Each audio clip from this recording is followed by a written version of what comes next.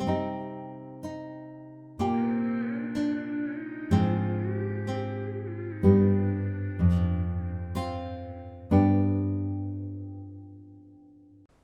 what's up, everyone? Today, we're diving into Athens. No, not the ancient Greek city. We're talking about Athens, Georgia, the classical city, the Manchester of the South. But could there be more to this place than what's usually talked about? We're going to be breaking down Athens, Georgia history, UGA history, and also some lesser known or lost history, much of which has been pushed to the realm of urban legends. So, we're going to be going in detail on the mainstream history of Athens, while at the same time keeping a skeptical and open mind to alternative possibilities. Is there history here that's been deliberately kept under wraps? Are there really underground tunnels in Athens? And what happened to all the jaw-dropping architecture from the Reconstruction and Gilded Age eras? Is there more to discover? Welcome to Athens Unveiled.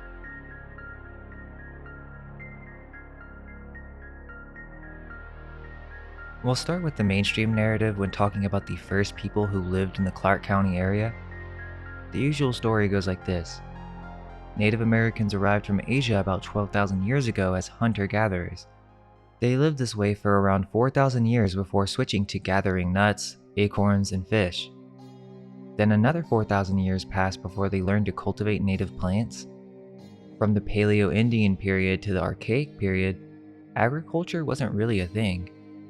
Most of what we know about this time is still theoretical, but according to the mainstream narrative, it wasn't until the Mississippi period, from 1000 AD to European contact, that we see any form of organized society or advanced religious systems. These early communities were no small deal. They had chiefs who were considered divine and ruled over vast lands with thousands of people.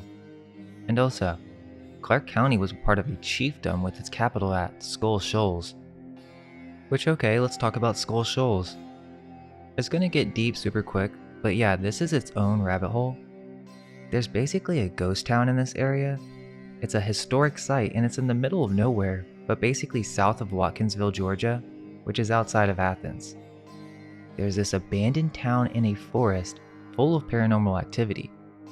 The history is that this land was source to native activity for over 10,000 years. Then Hernando de Soto and his troops in the 1500s came through this area. There are even Indian mounds throughout the area. However, what's fascinating is that 200 years pass, and then all of a sudden they're making these mills out here? Sure, you could argue that they did this for the expansion of Clark County, but it seems strange that you would build what they called a mill village, and I mean, this looked like quite a town. We're talking about 6-story mills in some of these early depictions. Bridges, multiple large structures. Why would you go through all this effort to build this in such a short time span, just to leave it in such ruin? Well, it gets crazier because apparently the entire town was wiped out by a flood in 1887. They have multiple catastrophes listed, from fires, the Union troops came in, multiple floods, but it doesn't seem like that at all to me. It looks like this area was purposely destroyed for some reason. Didn't fit the narrative, perhaps? This mill village was home to many new inventions as well, setting the stage for industrial innovation in the heart of Georgia. Apparently, the local villagers began with a grist mill and sawmill, and soon they had a cotton gin. With funds from the Georgia legislature, Zachariah Sims and George Paschal built Georgia's first paper mill at Scholes in 1811. The original paper mill was likely an addition to the water-powered grist mill already in place. The plan was to expand that mill dramatically with a $3,000 loan from the Georgia legislature. So from 1827 to 1845, the structures were wooden frames. Then they decided, after a fire that ignited the resinous pine and destroyed 2 large buildings, to begin building more permanent structures. The loss was around $60,000. Which would equate to about $2.5 million in purchasing power today. So you have this paper mill, which was the first in Georgia, that had multiple owners. It was originally Sims and Paschal's mill, then they went bankrupt after the War of 1812. Then the leadership transferred to Poulain, where he rebuilt these structures in brick, which were 3- and 4-story buildings in brick. Interestingly, in 1877, It became the famous penitentiary company, which operated the cotton fields and mills with convict labor. There were then several other owners as the story goes, but apparently after the 1887 flood, they lost everything, hundreds of bales of cotton, and this brought economic chaos to Shoals mills. They just couldn't recover from this event, so by the early 1900s, most had left to work elsewhere. So what's the deal with Shoals? Was it just a series of unfortunate events that led to its downfall? Or was there something more deliberate at play? And why go through all the effort to build such an advanced mill village, complete with new inventions and dams or water-powered technology, just to leave it in ruins? It looks like most of it was obliterated or even perhaps buried. Interestingly enough, this place is allegedly haunted, and this land is home to many spirits and paranormal activities. Oh, and then there's this forest around here that's literally called Shoals Experimental Forest. The story goes that in the 1930s, they were conducting silviculture research in this area. Essentially, they were studying how to grow trees in the area. Why? To cultivate a forest to hide a certain location? Or perhaps they were studying the paranormal effects of this location. Definitely more to dive into there, but we got a lot to look at, so let's move on. So what if the official mainstream history is just a smokescreen? What if these mills were already standing, just waiting to be discovered or perhaps even stolen? We'll dive deeper into this soon, but for now, let's question the glaring time gap in the technological advancements of the native inhabitants. Could it be that we've been spoon-fed a fabricated tale about the origins of these brick structures and the development of Athens itself? Well, as we were saying, Shoals was the capital of this Native American chiefdom in the Clark County area, which also had Indian mounds. According to a study conducted by the University of Georgia in 1983, the existence of this site has been known for over a century, initially reported by C.C. Jones. The site features two mounds, Mound A standing at about 11 meters high, and Mound B at 3 meters high. But here's where it gets intriguing. The study aimed to define the limits of the village in its chronological placement. Artifacts indicate that the site was first occupied in the late Etowah period and continued through the Savannah and Lamar periods. Interestingly, no materials from the early Mississippian, woodland, or archaic periods were found, even in tests that reached depths of 3.5 meters.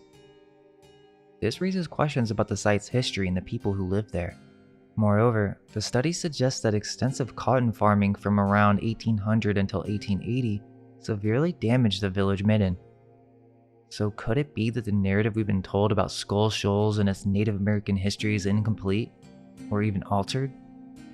Interestingly, this ties into the mound builders, a subject that has been shrouded in mystery and alternative theories. While mainstream history often portrays these ancient architects as primitive societies, there's compelling evidence to suggest that they were far more advanced than we've been led to believe. For instance, the mound builders were said to have accomplished remarkable feats of construction without the use of metal tools. The earliest known mounds date back to around 3700 BC and were built in the lower Mississippi Valley by small groups of hunter-gatherers. This suggests a level of social and architectural sophistication that is often overlooked.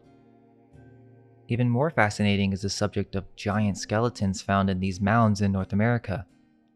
This isn't just folklore or hearsay, as a topic that's been covered in numerous newspapers and scientific journals from the 19th and early 20th centuries. Reports have documented the existence of an ancient race of giants, with skeletons ranging from 7 to 8 feet tall, and some even claiming staggering heights of up to 18 feet. These discoveries have been made in prehistoric mounds and burial chambers across the continent. The question is, why is this significant aspect of history not a part of the mainstream narrative? Could it be a deliberate omission to fit a preconceived notion of history? The evidence is compelling and calls for a reevaluation of what we think we know about the ancient inhabitants of North America. So when talking about Shoals and its mysterious mounds, we're not just discussing a forgotten chapter of history, we're delving into a narrative that could very well challenge our understanding of ancient civilizations and their capabilities. Well, there is one such article on giant skeletons with Shoals, and interestingly, it's from 1875, An article from the Oglethorpe Echo by T. Larry Gant describes a fishing trip that turns into an archaeological exploration, revealing acres of human bones and Indian mounds near the Oconee River. The article paints a vivid picture of the area's landscape, from flourishing cotton fields to grand country residences. But the tone shifts dramatically as Gant recounts passing through a region devastated by smallpox, where all that remains are solitary chimneys, standing like lone sentinels. The article then even dives into a discovery of an old Indian burial mound on Skull Shoals, unearthed by a freshet filled with human bones and relics. Gant even mentions literally the skeleton of a giant. Sublines include an aboriginal graveyard and, interestingly, Indian mounds, relics of a past race. The article goes into the mound builder race theory, that there were an extinct race of people that built the Mississippian mounds in the eastern US, and that it was destroyed by another Indian race that was encountered by the English in the 18th century. Gant does go to say that he doesn't buy the theory, and I find that interesting because there are other references to Skull Shoals in 1874 that was repeated in several newspapers, and it was a story about this amazing tale of a man that lived near Skull Shoals and suffered punishment from God. At first I didn't really think there was any connection, but in the 1875 article by Gant, there is a reference to the Sabbath at the end of the article. And apparently, in this story from 1874, it's the same story of a man on a fishing trip, but in this instance, the man was turned into a rock, or basically couldn't move, because he broke Sabbath and for profanity. I don't know, a very weird story about a guy basically being stuck to the environment, or like a soul being embedded into the structure of a certain location. Very strange. So there's still much mystery when it comes to these natives pre-European contact. But the narrative then moves on that when the Europeans arrived around the 1540s, there were 5 civilized tribes. The Cherokee, primarily located in the Appalachian region, which covers parts of Georgia, Tennessee, and North Carolina. The Chickasaw, originally located in what is now the southeastern part of the United States, including Mississippi, Tennessee, and Alabama. Choctaw, primarily found in Mississippi, Louisiana, and Alabama. Creek, or Muskogee, occupied a large amount of land in Georgia, Alabama, North Carolina, and Florida. Seminole emerged from groups of Creek people in Florida and also occupied parts of Georgia. Now, all this dating is up for question, as we'll soon see, but it's intriguing to note that the Cherokee, along with other Native American tribes like the Utes, Paiutes, and Choctaw, had legends of giant beings. The Cherokee referred to them as the Moon People, although they were also described as being shorter. The Choctaw spoke of a race of white giants that they had to fight upon arriving in the Mississippi. The giants were said to have incredible stature and were known for their advanced skills in engineering, mathematics, and seafaring. Even the Comanches told tales of a race of white men, 10 feet high, who were rich and powerful, ruling over lands from the rising to setting sun. These legends were often dismissed as mere folklore until certain discoveries seemed to validate them. For instance, the Native Americans had legends of massive beasts like the mastodon, which were later confirmed through archaeological findings. Similarly, the legends of giants could hold a kernel of truth, especially given the mysterious mounds and fortifications that dot the American landscape. These mounds have yielded artifacts and skeletal remains that challenge conventional historical narratives. Copper axes, polished slate tools, and inscriptions on artifacts suggest a level of sophistication that has yet to be fully acknowledged. So what if these legends are not just myths, but historical accounts? What if these giants were part of an advanced civilization that once roamed North America? The Cherokee spoke of a mysterious group known as the Moonite People. Unlike the mythical creatures and spirits that populate other indigenous tales, these beings were human, yet different. With blue eyes and pale skin, they were so sensitive to sunlight that they lived nocturnally, venturing out only when the moon cast its silvery glow. Though many dismiss the Moonite People as mere legend, there's a growing belief that these mysterious figures could be rooted in historical reality. Some even speculate that they were the descendants of Welsh settlers who arrived in American shores long before Christopher Columbus set sail. There's even a video discussing how the Moonite people were America's first civilization, delving into the mysterious stone structures found across the southern Appalachian Mountains. The video explores the Cherokee claim that these structures were built by Moonite people, a race of fair-skinned, light-haired, bearded humans with large blue eyes so sensitive to the sun that they lived in caves and only emerged at night. Another layer to the mystery of the Moonite people is the legend of the Welsh prince Madoc ab Owain Gwynedd. According to the folklore, Madoc and his brother Rhyd fled the civil war in Wales in 1170 and sailed west, eventually landing in North America. Not only did they establish a settlement, but Madoc is said to have returned to Wales to bring more settlers across the Atlantic. Though the brothers vanished from historical records, their story lived on in Welsh culture, passed down through stories and songs. The Cherokee chief Okanostata believed that these Welsh settlers were the ancestors of the Moonite people. He told John Sevier, an American soldier and politician, that the mysterious mounds in the region were built by Welshmen. Further fueling this theory, Welsh settlers in North America noticed striking similarities between their culture and the indigenous culture they encountered.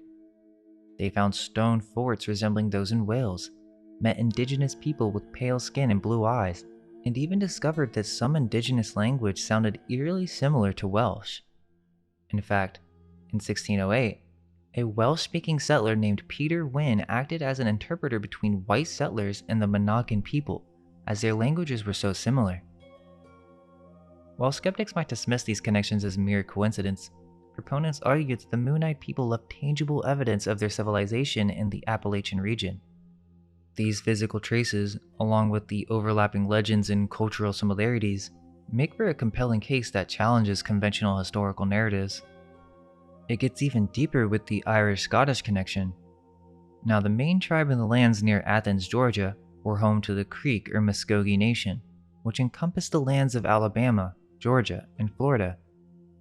This is particularly intriguing because in the early 19th century, specifically around the time of the 1832 treaty, Scots-Irish settlers began to move into these areas.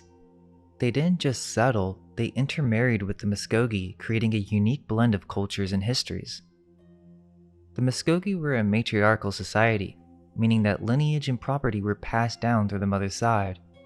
This is an important detail when considering the Scots-Irish genealogy, as records often list a Muskogee individual by their tribal name. If a family wanted to pass for white, they would typically associate with the father's Scots-Irish lineage.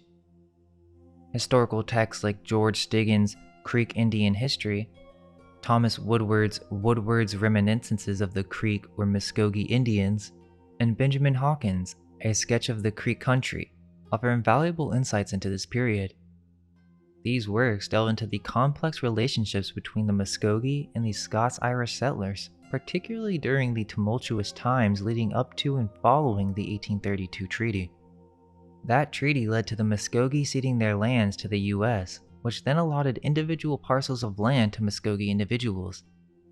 This created three options for the Muskogee: sell their lands, move westward to what is now Oklahoma, or stay and integrate into the white community. If we consider that perhaps there is more to this story, maybe not only is the dating and narrative up for question, but there is evidence that suggests that the Muskogee have mixed origins that can be traced back to Europe. Interesting finds to consider include the archaeological evidence found in Caldwell County, North Carolina. Here, a site initially used for smelting copper and iron ore was later transformed into a conventional Indian burial mound. The skeletons found were of American Indians, but intriguingly, remnants of metal and clinkers were still present in the beehive-shaped furnaces. Stone artifacts were also buried alongside the skeletons, suggesting a complex history of metallurgy and burial practices. The beehive mounds around the world are an interesting connection, and even in ancient Greece, you had the same thing, also called a tholos tomb, which can be seen in ancient Mycenaean chamber tombs. So from the 1770s, a strong connection existed between the Cherokees and the Scots-Irish. As waves of Scots-Irish settled on the frontier, they lived, traded, fought, and married the Cherokee.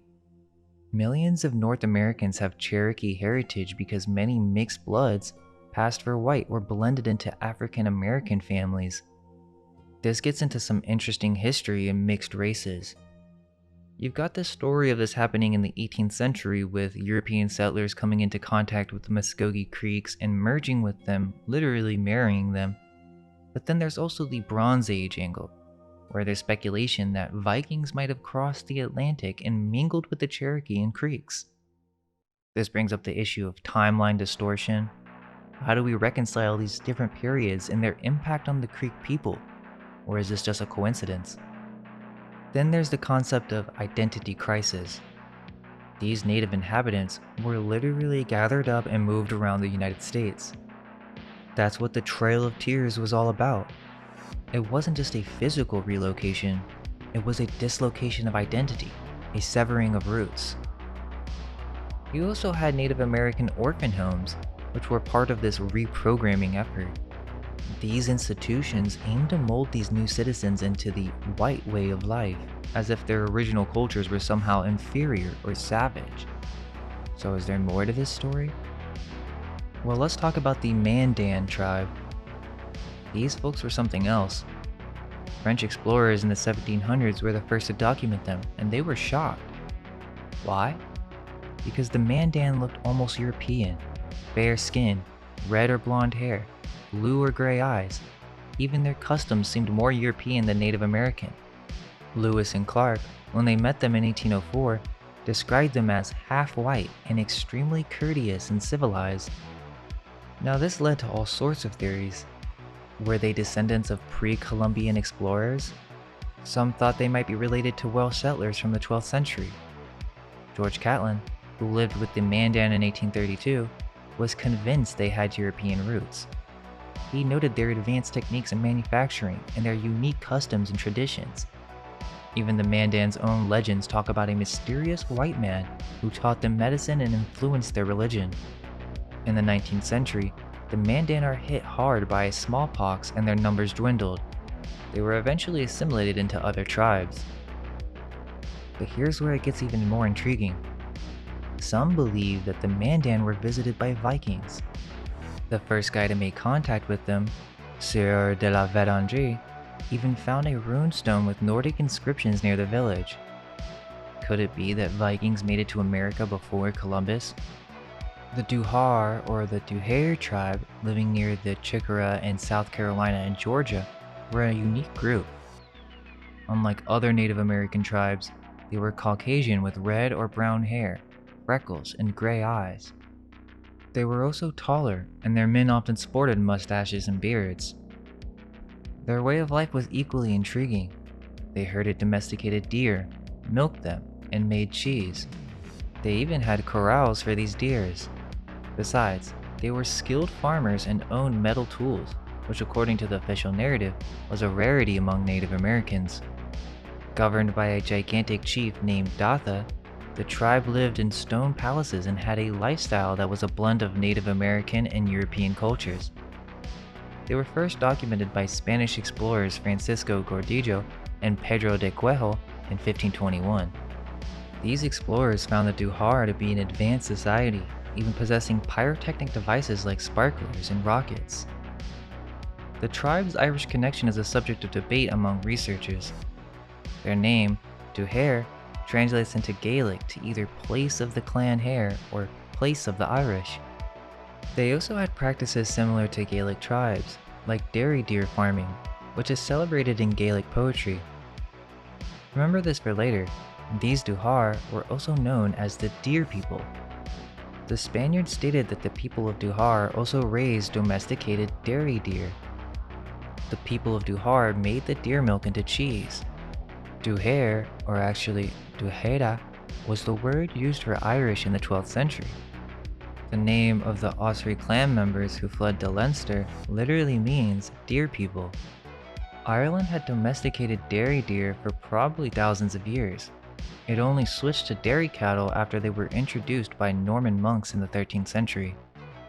In 2006, a team of Native American scholars found that many Duhar words could be translated using Gaelic dictionaries, reigniting the debate about their origins. The Duhar weren't the only red-haired giants in America. As we discussed with tribes like the Mandan or even the Paiute even spoke of similar figures, adding yet another layer of mystery to the story of America's early inhabitants. Now this is where it gets interesting. Let us just consider that perhaps these mounds are covering up ruins of a previous civilization. There are connections between the Greeks and the ancient Celts or ancient Scythians. We've brought this up in previous videos. It's far too much to dissect right now, but this leads into the idea of Tartaria and that Athens was actually in America. Now hold on with me for a moment as we connect everything to that. But think about it. Why do you think it was called Athens? We'll dive into the founding of UGA and its classical aspirations later. But isn't it odd that there are multiple cities with the same name, each with its own peculiar backstory? What if this area in America was actually Rome, or more so the land of the ancients, inhabited by an advanced civilization? Did the Native Americans build brick structures? All roads lead to Rome, which interestingly is a city in Georgia as well. Well, it was called Rome, Georgia because that's the name the Cherokee called their land. Did the Cherokee consider themselves to be from Rome and descended from Romans? Recent DNA studies and linguistic evidence suggest that the Cherokee people might have East Mediterranean origins, specifically Greek. Inscriptions in caves overlooking the Redbird River in Kentucky display writing in both the Cherokee syllabary and Greek. Even more fascinating is the Possum Creek stone, discovered in Oklahoma, which can be read as Greek and suggests that the Cherokee syllabary was not an original invention, but derived from Greek. This lends credence to the idea that the original Cherokee had metal armor and weapons, and their DNA shows a mixture of East Mediterranean lineages. So could it be that the Cherokee Indians are, quite literally, the Greeks of Native America? There are researchers who have investigated whether the Romans, if we're to believe the mainstream narrative about them, actually attempted to cross the Americas in ancient times. Robert F. Marks discovered a Roman shipwreck off Brazil's coast, sparking an international controversy. The Roman government claimed this as evidence that Romans, not Brazilians, were the original discoverers of Brazil. As a result, searching for the over 100 known shipwrecks off Brazil's coast is now prohibited, and the sale of any Roman artifacts found in the country is punishable by imprisonment. So are we really trying to discover our true history, or is there a political motive to keep certain histories under wraps? So yeah, this gets super interesting because the natives in this area were mixed, some even having facial hair, which is not common to the typical Oriental Asian native mix that we typically associate with Native Americans. But let's talk about the Melungeons, a group that's been shrouded in mystery and folklore. They were primarily found in the mountains of Tennessee and trace their descent to two known Cherokees, one named Collins and the other Gibson. These families settled around the time Tennessee became a state in 1796. The term Melungeon was initially a derogatory term used for about 40 families along the Tennessee-Virginia border. Over time, it's evolved into a catch-all phrase for groups of mysterious mixed-race ancestry. These Melungeons were dark-skinned mountaineers residing in eastern Tennessee, southwest Virginia, and even into Kentucky. Some say they were descendants of shipwrecked Portuguese sailors, others claim Turkish or Gypsy ancestry, and yet others believe they might have been from the lost colonies of Roanoke. Now this was a very unique tribe containing Caucasian features with a very dark skin, a mysterious mixed blood race. Typically we're told that slaves were brought to America, but then why would they be mixing with the Native Americans to create these mixed bloodlines? Perhaps this ties into the story of the Sephardic Jews, who were among the first European colonists of the Southern Highlands. You see, the Sephardic Jews were expelled from Spain in 1492, and many of them found their way into the New World. According to historical accounts, these Sephardic Jews were among the first to settle in the Southern Highlands, an area that includes parts of Tennessee, Kentucky, and yes, even Georgia. Now what's fascinating is that these Sephardic Jews were known for their darker complexions. We've discussed this in previous videos, but these were likely the Moors from Spain. Now, typically, the mainstream story is that Moors did not refer to black peoples, that it referred to a group of North African Berbers, but there are varying opinions on this matter, including a wealth of paintings, literature, and historical references describing the Moors and Sephardic Jews as pitch black. This would be a completely different story than the one we're told in schools. This actually gets into the subject of black nobility and the idea that some of the first settlers were actually black. Are the Mungins connected to the Sephardic Jews? This question opens up an intriguing chapter in the history of the Southern Highlands, including Athens, Georgia. In 1824, traders found gold in what is now northern Georgia, a region that has been part of the Cherokee Nation. The mainstream belief or excuse is that the Cherokees were not evicted because of this gold discovery, and that they had already been removed from these gold-bearing lands 16 years prior to the Trail of Tears. But that seems like a facade to me, because it's the same thing with Rome, Georgia. In 1829, gold was discovered near Dahlonega, Georgia, starting the first gold rush in the United States. The Indian Removal Act of 1830, which fulfilled the Compact of 1802, was prompted by this gold discovery, as well as President Andrew Jackson's already stated strong support for removal. In 1831, Georgia's General Assembly quickly passed legislation claiming all Cherokee land in northwest Georgia, prior to their vacating it.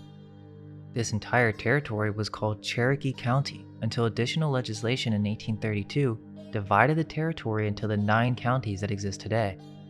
Also, the gold rush that followed led to the discovery of a village with European-style houses and mining tools dating back to the 1600s or late 1500s. This suggests that the area had been occupied by Europeans long before the Cherokees arrived. The Spanish, particularly Sephardic Jews who had fled Iberia, were likely one of the first European settlers in the Southern Highlands. These Sephardic Jews were involved in mining and international trade. They lived in the region until at least the early 18th century, as evidenced by the discovery of Spanish mines and the account of the Cherokee who reported seeing smelting furnaces in the Nacoochee Valley. Sequoyah, known for creating the Cherokee syllabary, had skills as a silversmith that he couldn't have learned from the Cherokees. His syllabary incorporated letters identical to those in medieval Georgian script, which was based on Jewish Aramaic script. This suggests that Sequoyah may have had Sephardic Jewish heritage. So what does all this information really signify? Essentially, the conventional narrative we've been fed about Native Americans is far from the complete picture. Entire communities were uprooted, and some mysterious tribes seem to have been conveniently omitted from history because they didn't align with the prevailing story. The Trail of Tears wasn't just some random act. It was clearly motivated by something valuable in the region. The regional inhabitants had to be displaced to make way for what was officially termed as the founding of a new civilized settlement. But is that the full extent of the story, or is it merely a front? In Rome, Georgia, there's a historic museum named the Chieftain's Major Ridge Home, who is depicted as mixed and owned 223 acres on his plantation that contained numerous buildings and orchards, including many slaves. So the Cherokee had their own slaves in their own Roman-style mansions or palaces, apparently. Well, there is the Chief Van House, which was built by James Van, a Cherokee Indian leader and wealthy businessman who owned a vast 1,000-acre plantation, and in 1804, he completed the construction of a 2.5-story brick house. He was murdered in 1809, and his son inherited the mansion. So from this, we know that the Cherokee Indians could indeed build large brick structures. So essentially, the question is, were these early antebellum mansions stolen from the Cherokee during the Trail of Tears, or perhaps even transferred? The Cherokee may have been the first inheritors of these properties that then were passed on after the War of 1812. There is even evidence to suggest that the Cherokee were associated with Masonry, and they had several lodges. There's actually one in Rome, Georgia, from 1877, that features some very interesting architecture, one of the most prominent in Rome, yet there's little history on this building. Apparently, there was a lodge before this and it burned down by General Sherman's troops. Many of the Union soldiers were Masons, and after realizing what they had done, they sent a large sum of money to rebuild the lodge that still survives to this day. We will discuss this later, but the lodge had over 7 feet of water flooding to the lower level during the flood of 1886. But it's not just the Cherokee. Freemasonry has a long history among the 5 tribes, including the Choctaw, Chickasaw, Creek, and Seminole. This story is kind of strange, but apparently, the leaders of the 5 tribes who were sovereign nations would travel to Washington, D.C. for treaty negotiations. They were of mixed descent and would become Freemasons during their visits to the capital. These lodges go back to 1848 with the Cherokee Lodge in Tahlequah. Why were the Native Americans drawn to Freemasonry? Some say it's because it resembled fraternal organizations that they were already familiar with. But what if we consider that it came directly from the first settlers? There is a reference of a fraternity of Indian blood brothers with a stone altar bearing these square and compasses as a familiar sight to Native Americans, which brought them to Freemasonry. However, the story goes that the 5 tribes saw Freemasonry as a connection that could help preserve their tribal existence. Conversions to Christianity were common among the 5 tribes in the 19th century. Chili McIntosh of the Creek Nation was ordained as a Baptist minister by Reverend H.F. Buckner, a Freemason in 1848. Chili's half-brother Daniel N. McIntosh, a member of Muskogee Lodge, also became a Baptist minister. The men who were either responsible for providing for the needs of the 5 tribes or who could provide legislative influence were often Freemasons. For the 5 tribes, it was the Masonic Lodge that could be turned to for schools, churches, relief agencies, and post offices. Is there a reason that Masonic history is not elaborated upon when it comes to Georgia history? They were responsible for most, if not all, buildings in many of the cities. Perhaps there's something else going on here. Interestingly, in 1861, Albert Pike, a well-known Freemason, was appointed commissioner to the Indian Territory by the Confederacy for the purpose of negotiating an alliance with the 5 tribes. Pike had become a Freemason in Western Lodge No. 2 of Little Rock, Arkansas in 1850. He was elected Sovereign Grand Commander of the Scottish Rite in 1859. Pike, having represented the Creek, Chickasaw, and Choctaw nations in legal claims against the federal government, would personally make the Choctaw Peter Pitchlynn a 32nd degree Mason in 1860. Also, the Muskogee had their own lodges, and there also seems to be a connection to the Templars and the Muskogee, which in Oklahoma is the Muskogee Masonic Lodge Temple, which looks like an ancient Greek building. They have old ritual headgear which also includes a tricorn Templar hat and a Shriner's hat. The state of Georgia's seal and flag features a Moorish Shriner Knight under an arch with 3 pillars, which is a clear nod to Freemasonry. This is the UGA arch, which we'll talk about in a bit, but this entire seal is Freemasonic in origin. And just to be clear, we aren't talking like your typical Illuminati narrative or anything like that. This is just history that's been lost or suppressed for some reason, but you'll find the same theme in many different cities. The original state seal of Georgia is a Freemasonic 3-pillar reference with a Shriner and his sword under the arch. The 3 pillars in Masonry are wisdom, strength, and beauty. The Georgia seal is wisdom, justice, moderation. Why does this matter? Because Freemasonry played a significant role in the history of Athens, Georgia. General James Edward Oglethorpe, one of the first founders and the first governor of the British colony of Georgia, was a Freemason. He helped establish the Solomon's Lodge in Savannah, one of the earliest Masonic lodges in North America. The lodge, founded in 1734, was later renamed Solomon Lodge in 1771.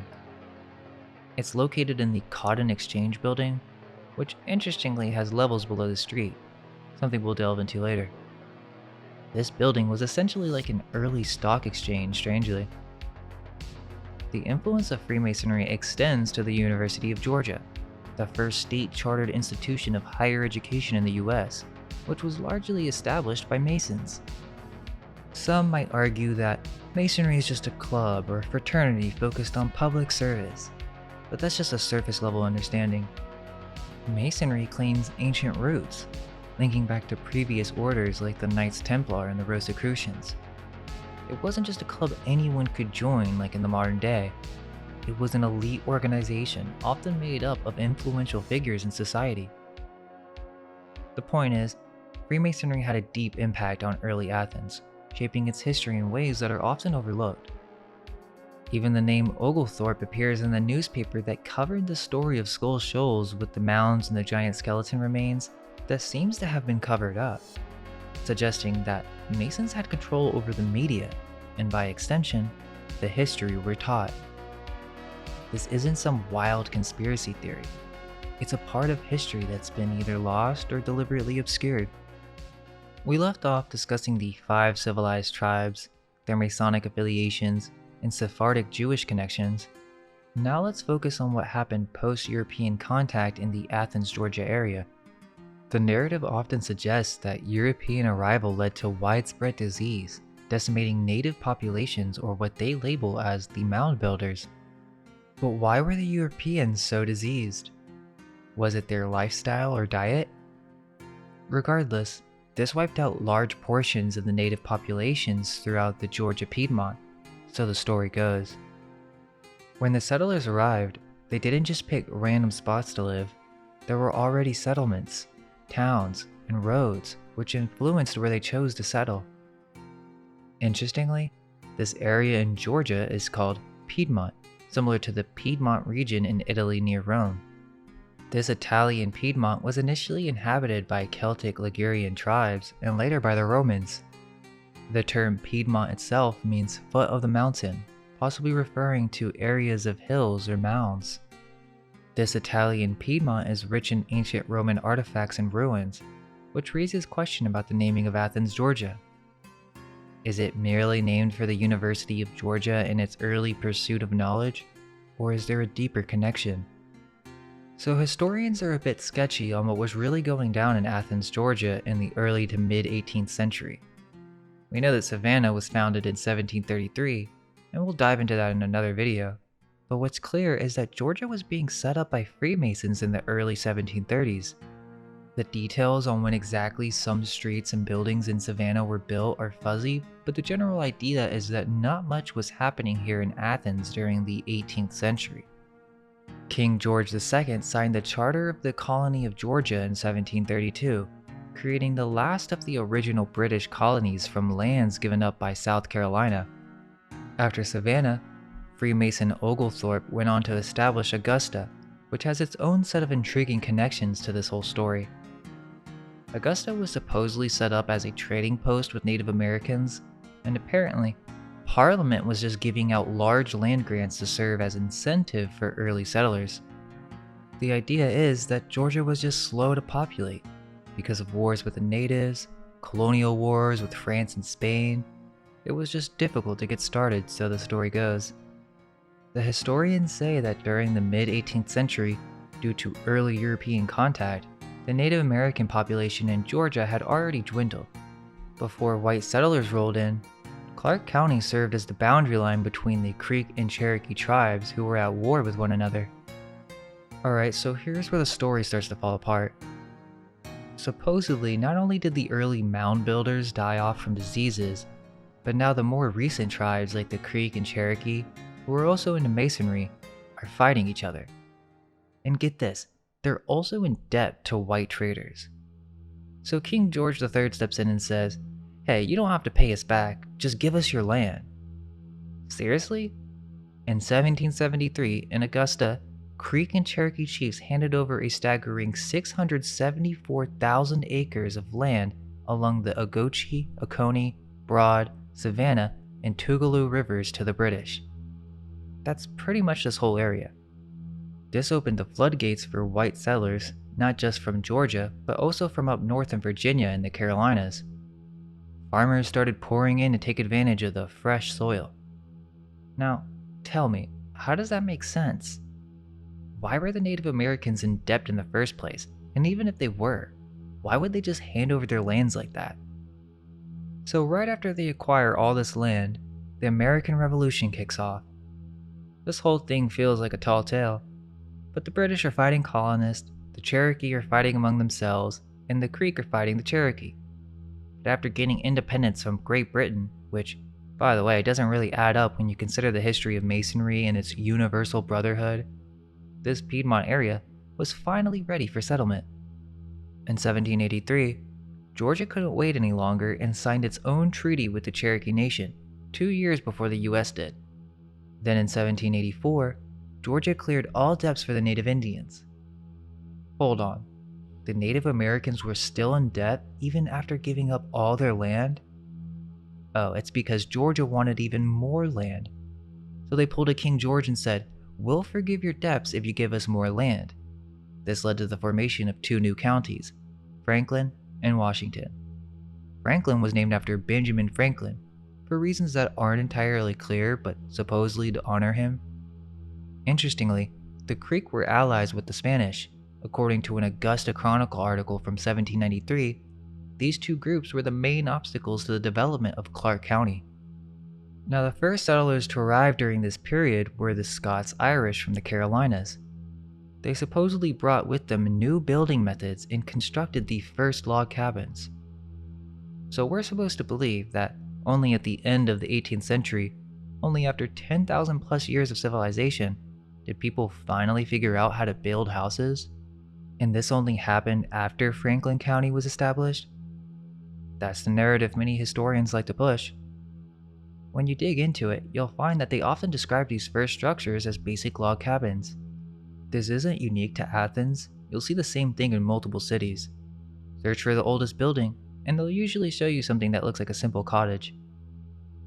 So, that takes us from European contact to the formation of Franklin County, or what would later become Clark County. In 1785, the Georgia General Assembly set aside 40,000 acres of land for a college or seminary of learning. This land grant was the basis for the founding of Athens in Clark County. When it comes to Athens, it really all revolves around UGA, or the University of Georgia, but at this time it was known as Franklin College. This was the concept of state-supported higher education. They had just acquired this land and already there were plans to build the first state-chartered university in America. But is that the whole story? Well, let's start with UGA, or the Franklin College era, because it seems most historians have not done enough research into the Freemasonic origins of the school. Now I want you to ask yourself, what are the implications of a secret society or universal brotherhood being a part of the founding of a city? It's literally called founding. They are Freemasons. Freemasonry? Now that's not to be conspiratorial or anything. Like, think about it. We're told a story of settlers coming in and by chance just acquiring these lands. Now, if Freemasonry or a secret occult order was associated with this process, that changes everything we know. It's literally not even mentioned in the history books. Sure, there are people who know this, even UGA has a talk or a course supposedly being developed about this, as it's clearly undeniable. It's a project that supposedly aims to interpret this historical presence and significance of Freemasonry in the state of Georgia or Athens. But I didn't read about any of that in my research or from the information presented in books, tours, museums, or online websites about Athens, Georgia. I don't see that mentioned on the Clark County timeline. That would be kind of important to point out, don't you think? If they really are associated with the founding of not only UGA, but Athens. Interestingly, there's a video about some people going up to UGA students asking them about Freemasonry, and they have no idea, it seems, about this history. This is obviously an unknown, suppressed, or lost history. What do you know about the Freemasons? Not much. About the what? The Freemasons. I have no idea what that is. The Freemasons? I mean, I know they were founded, I think, back when George Washington and what have you. And I know there's a lot of conspiracy theories about them. I know they're a religious sect of Christianity. Nothing. Nothing. I won't say like a cult or nothing like that, but I will say, I don't know, this sort of secluded group that's may have special privileges. I know they're like an organization that does like charitable things and whatnot, but I don't really know much about them. I heard they were associated with the Illuminati, but... So, yeah, it's obviously not a topic taken seriously on campus, at least on the surface or outside the order. Well, it's literally called Franklin College. Benjamin Franklin is one of the most famous Masons who ever lived, so let's be real. It seems the origin of UGA is steeped in Masonry since its founding.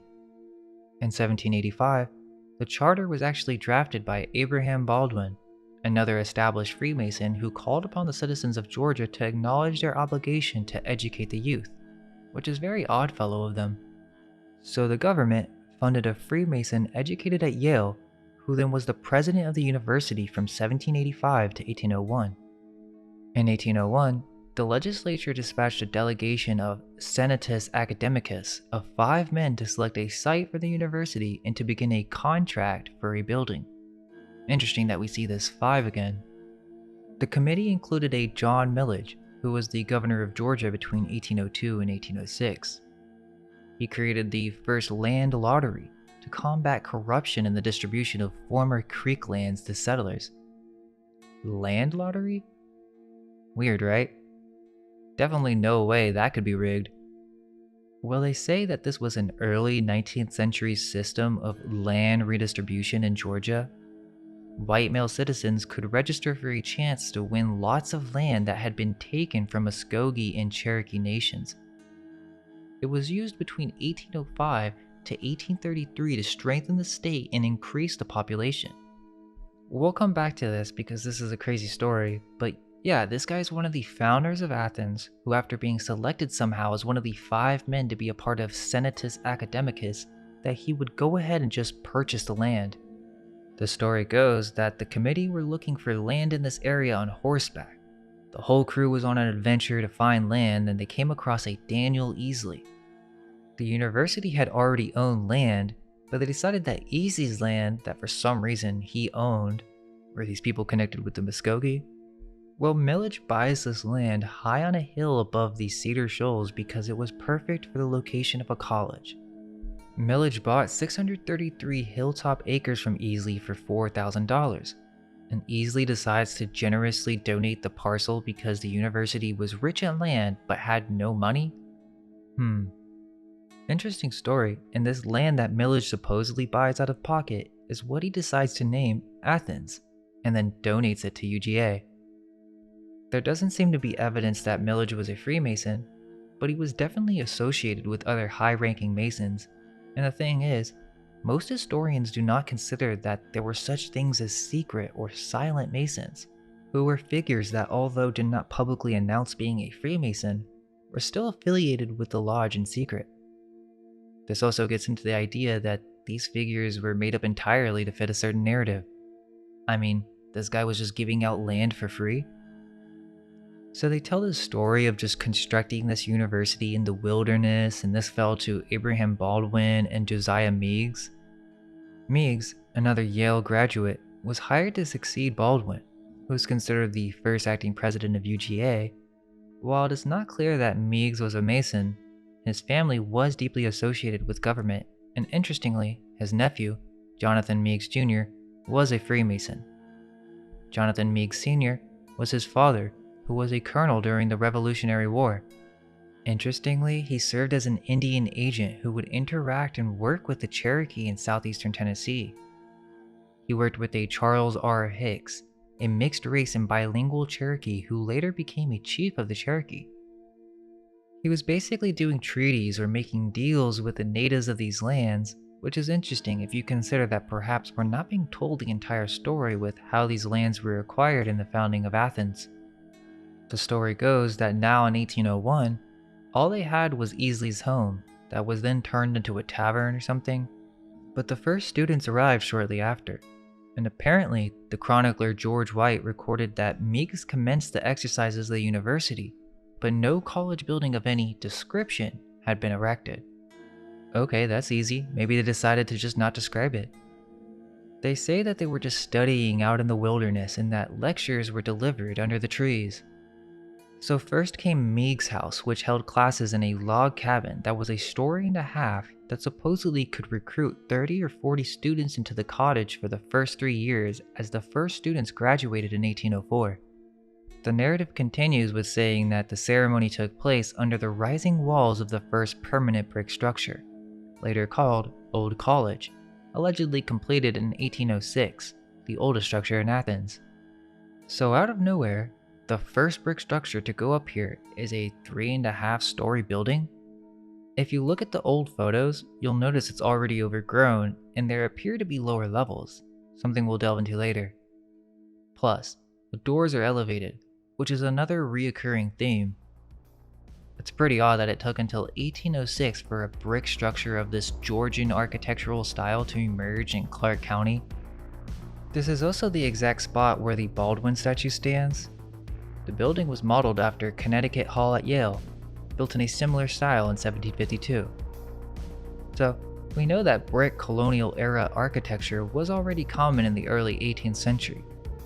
The only reason we're told it wasn't present in areas like this is due to wars, conflicts with Native Americans, and slow colonization. But here's the thing. This all ties back to Freemasonry. Connecticut is a state steeped in the history of secret societies. There are around 89 Masonic lodges there, including Prince Hall Masonry. So once again, we see a college founded by this mysterious universal brotherhood. So this old college in Athens needed at least 300,000 bricks, all made from Georgia's signature red clay. And apparently, contractors hauled nails and lime from 100 miles away in Augusta. Oh, and this is an interesting tidbit. President Meigs had a call on his brother, who was also an Indian agent like his uncle but was in Tennessee. Meigs needed to get the Cherokees' permission to transport lime through their territory, so they actually needed the Cherokees' approval to bring in the building supplies. According to Meigs, this structure was top-notch, offering the best accommodations for students that couldn't be found in any other college. But I have to wonder if that's just a cover story.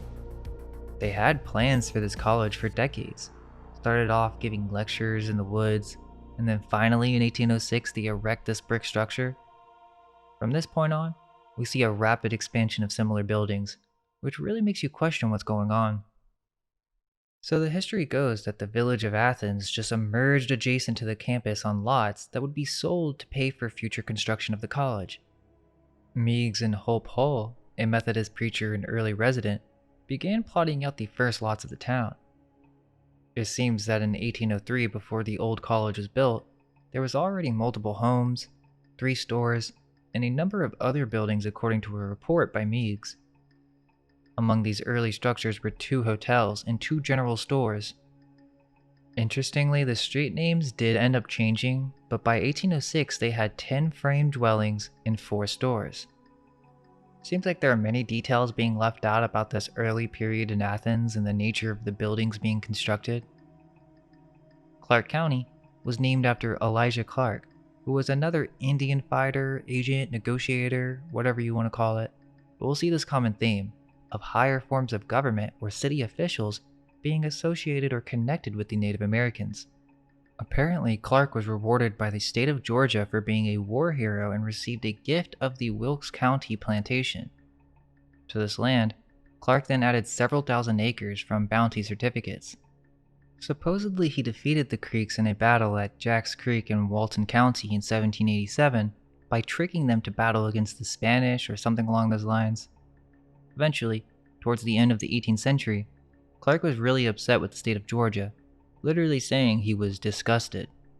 He got fined for drunken brawling and was apparently now broke financially.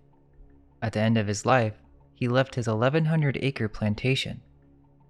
The Elijah Clark Monument, which the Daughters of the American Revolution erected to honor the man who secured this section to the white settlers, the Indians being defeated and crushed, was once located at Hancock and College Avenues before it moved to its current location on Broad Street. According to the May 10, 1907 issue of the Athens Banner, quote, "A resolution was passed directing the removal of the Elijah Clark Monument to a point between the two parks on Broad Street between Lumpkin Street and College Avenue. This will be done at the expense of the Athens Electric Railway Company."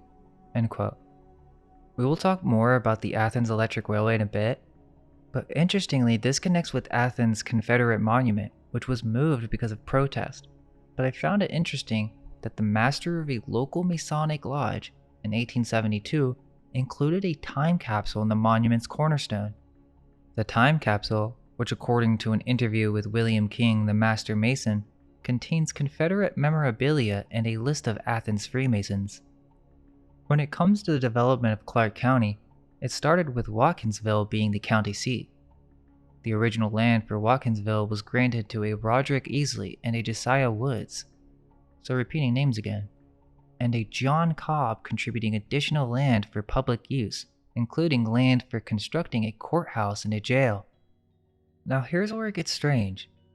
Watkinsville had fewer than 200 people. Why make it the county seat? It held that title until Athens took over in 1872, and when it comes to early structures in Watkinsville, the info is scarce. We've already talked about Scholes, which went through its own series of disasters and is now basically in an abandoned experimental forest. The one building we do hear about is the Eagle Tavern, dating back to 1801. It's one of the earliest structures still standing in Oconee County, and this is a recurring theme. The oldest buildings in these cities are often labeled as some sort of cottage-like tavern or hotel. Sometimes it's just a random family home. Why were small cities being used as county seats? And then there's this small town near Athens called Carnesville. It's named after Thomas Peter Carnes, who was a part of the first court held in the new Clark County Courthouse in Watkinsville in 1802. Now I couldn't find much about these earlier courthouses, but in Carnesville, there's this Franklin County Courthouse that seems totally out of place. It was supposedly built in 1906, and there are barely any other early era buildings around, so it just seems weird that they would build this out here. So they say that one of the major concerns were the conditions of the roads. It wasn't until 1820 that a road with less rough terrain would connect the towns. Then they say that also weather conditions made travel very difficult. The Athenians would have to travel to Watkinsville to deal with county affairs and participate in voting. They had issues with bridges, and so it was difficult for them to expand, they say. They would cut trees to lay across watercourses so that mail carriers could get across or something like that. The university's first chapel opened in 1808, which I couldn't find much info on, but there is the UGA chapel that was built in 1832, which is a large Greek revival building. We can talk about that in a moment. There were many interesting pre-Civil War buildings in Athens. But the history goes that during this development and expansion period from 1800 to 1860, things were rough and difficult to get started. The War of 1812 slowed the growth of Clark County significantly, and politics at the university got so hostile that it ended up closing down by 1818. So the college started and then immediately began having troubles. The power transferred from Meigs to Moses Waddell, who was appointed in 1819 as the 5th president. Interestingly, during this time, there was another town in Clark County called Salem, which has now virtually disappeared. Although it was the site of 2 excellent male and female academies, it even rivaled Watkinsville in population growth. Apparently during the time, the Cherokee and Savage Creeks continued to be a part of the lives of Clark County residents. The Athenians and Cherokees were friends. They had magically made peace with England and native peoples, and now Athens finally started to accumulate wealth around 1820. Around 1810 in Clark County, there were supposedly 2,500 slaves among a population of around 7,000 inhabitants. But let's not forget the 3/5 compromise reached in the 1787 Constitutional Convention. This determined that states only had to count 3 of every 5 slaves in calculating the total population. This was for legislative representation and taxation, but it was also a means that they could essentially lie about the true proportion of slaves to citizens and the total number of residents. In Athens during 1810, the population was only 273, and out of that, 134 were slaves. So there were more slaves than citizens? And where were all the other people in Clark County, Watkinsville, and Salem? Now, they don't often mention this, but the mainstream narrative claims that most, if not all, of these pre-Civil War buildings would have been constructed using slave labor. The story goes that there was a well-defined class system, with whites being slaveholders or planters, and there also existed small groups of freed Negroes. I'm skeptical of the whole slaves built most of the city narrative. You see this claim in many old world towns like Savannah and Charleston. There are some compelling stories of many blacks who did extremely well in business despite this whole narrative of social classes. Let's not forget, by this time, Prince Hall was well established. There's a significant difference between an indentured servant and a slave, but this is the history we're fed, and it's something we can dissect further as we continue. By 1850, Clark County had more slaves than free citizens. So how would that even work? If you had half of the population as slaves, how were there no revolts? We're told they were just content to be slaves for their masters. So according to the history of Clark County, there were more blacks than whites even in the 1850s. So to finish up with the Franklin College era, like I said, we can come back and discuss the structures in a moment, but after Waddell became president, the school became much more strict. They increased enrollment from 7 to 100 students, and they attempted to secure even more funding. Interestingly, Waddell held the first Presbyterian congregation in 1820 that then became the first Presbyterian church erected in 1855, which is also a large Greek revival building featuring lower levels beneath the street. Then in 1829, the presidency transferred to Alonzo Church, where there was a focus on maintaining liberal arts with around 100 students and only 6 faculty members. A couple notable figures to mention are Augustine S. Clayton, who was a part of the first class to graduate from the university and founded the Alumni Society in 1834. He also established a club for his peers and other men of influence and power. He married Julia Carnes, who was the daughter of Judge Thomas Carnes. Interestingly, Clayton served in the Georgia House of Representatives and the Georgia Senate. So the first graduates went off to become very influential men. Clayton also took part in a business involving the construction of a cotton mill in 1827 called the Georgia Factory, which was the first cotton factory in the state, which was also called the Athens Manufacturing Company. The majority of workers in this mill were white, as the slaves were out on the field, and they say that most of these workers were white women. But Athens Manufacturing Company, like many textile mills of the time, also employed children. Work in mills like this were already tough and sometimes dangerous for adults, but the hazards were even more pronounced for children. This mill wasn't just a part of the country's industrial history, it was also a dark chapter in the history of child labor in America. Clayton Street, which is downtown and seems to be named after Augustine, and we have some interesting things to discuss when we get there, but Clayton also seems to be a name associated with masonry and government political officials. The Athens Manufacturing Company also purchased the Confederate Armory in 1870, which features an interesting style of architecture. There was also the Athens Cotton and Wool Factory, opened in 1834, but faced challenges like a fire in 1835 and a disastrous flood in 1840. There was a third early mill called the Camic Manufacturing Company, later called the Princeton Factory, and it was founded in 1833. Since we're talking about mills and factories, let's talk about some mind-blowing stuff for a moment. There's another anomaly in Lithia Springs, Georgia. This place was hailed for its natural springs that contain the presence of lithium salts, and people would come for miles just to drink it. In the 1880s, they decided to build a 300-room hotel because of the popularity of the water, and supposedly, Mark Twain, the Vanderbilts, and multiple presidents came to experience this magical water. Well, again, inside the Georgia forest is an abandoned mill that's extremely creepy and clearly buried in the ground. It was originally the Sweetwater Mill and created in 1849 to use the waters of Sweetwater Creek to power the mill. So it seems that the Union forces marched through here and decided to burn the entire factory, but that still doesn't explain how it ended up here in the forest. and in complete ruins. Some of it does look to have burn damage, but it just seems very out of place. It was taller than any building in Atlanta at the time, and the amount of effort that it would have taken to construct something of this caliber out in the middle of nowhere on a river. Interestingly, the street name leading up to this is Mount Vernon Road, which is also the name of one of the lodges in Athens, which may be nothing, but thought it was an interesting connection.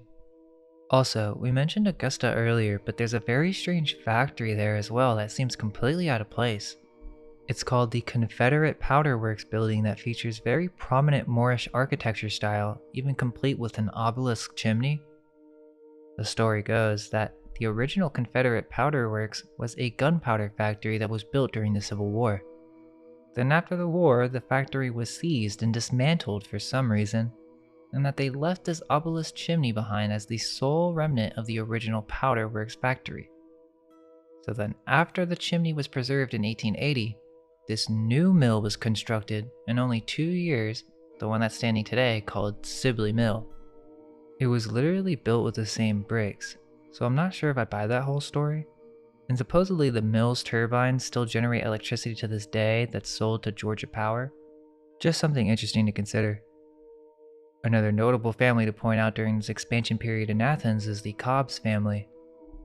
The Cobbs family moved into Athens around 1820, and they were a big part of the development of Athens during this early period.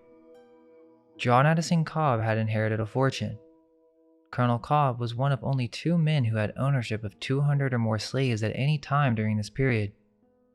These families just invested their wealth to build townhouses and invest fortunes to the development of Clark County, from land development, banking, and even railroads.